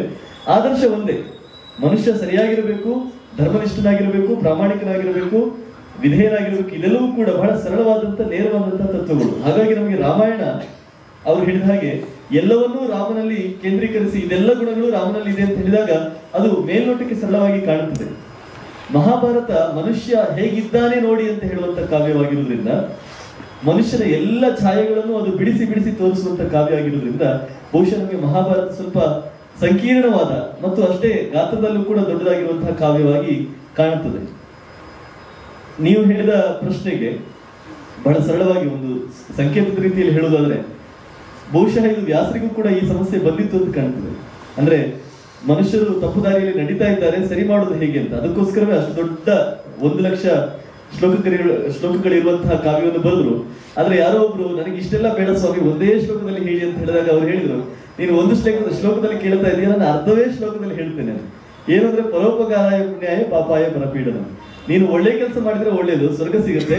ನೀನು ಕೆಟ್ಟ ಕೆಲಸ ಮಾಡಿದ್ರೆ, ಇನ್ನೊಬ್ಬರಿಗೆ ತೊಂದರೆ ಕೊಟ್ಟರೆ ನೀನು ನರಕಕ್ಕೆ ಹೋಗ್ತೀವಿ. ಇಷ್ಟೇ ಇಡೀ 1,00,000 ಶ್ಲೋಕಗಳ ಕಾವ್ಯದ ಒಟ್ಟು ಹೂರಣ ಇಷ್ಟೇ ಅನ್ನೋದನ್ನ ಅರ್ಧ ಶ್ಲೋಕದಲ್ಲಿ ಅವರು ಹೇಳಿದರು. ಬಹುಶಃ ಈ ಒಂದು ಸಂದಿಗ್ಧತೆ ನೀವು ಹೇಳಿದ ಹಾಗೆ ಆ ಕಾಲದಲ್ಲಿ ಇದ್ದಿರಬಹುದೇ, ಖಂಡಿತವಾಗಿಯೂ ಇತ್ತು. ಮತ್ತು ಅದನ್ನ ಮನುಷ್ಯನನ್ನ ಸಂಸ್ಕಾರಗೊಳಿಸುವ ಒಂದು ಪ್ರೇರಕ ಶಕ್ತಿಯಾಗಿಯೇ ಈ ಮಹಾಕಾವ್ಯಗಳು, ಈ ಶಾಸ್ತ್ರ ಗ್ರಂಥಗಳು ಮತ್ತೆಲ್ಲ ಸಾಹಿತ್ಯ, ನಮ್ಮ ವೇದ ಸಾಹಿತ್ಯವನ್ನು ಒಳಗೊಂಡು ಎಲ್ಲವೂ ಕೂಡ ಬರ್ತಾ ಹೋಯಿತು ಅಂತ ನಾನು ಅಂದುಕೊಳ್ತೇನೆ. ಯಾವುದೇ ಕಾಲದಲ್ಲಿ ಕೆಟ್ಟವರು ಇರಲೇ ಇಲ್ಲ, ಎಲ್ಲರೂ ಒಳ್ಳೆಯವರಾಗಿದ್ರು ಅಂತ ಹೇಳುವಂಥದ್ದು ಖಂಡಿತವಾಗಿಯೂ ಅದು ನಮ್ಮ ತುಂಬಾ ಸರಳೀಕರಣ ಮಾಡುವಂತಹ ಒಂದು ಪರಿಕಲ್ಪನೆ ಅಂತ ನಾನು ಭಾವಿಸ್ತೇನೆ. ಧನ್ಯವಾದ. ಈಗ ಕವಿಕರಿಂದ ಪ್ರಶ್ನೆ ತಗೊಳ್ಳುವಂಥ ಸಮಯ.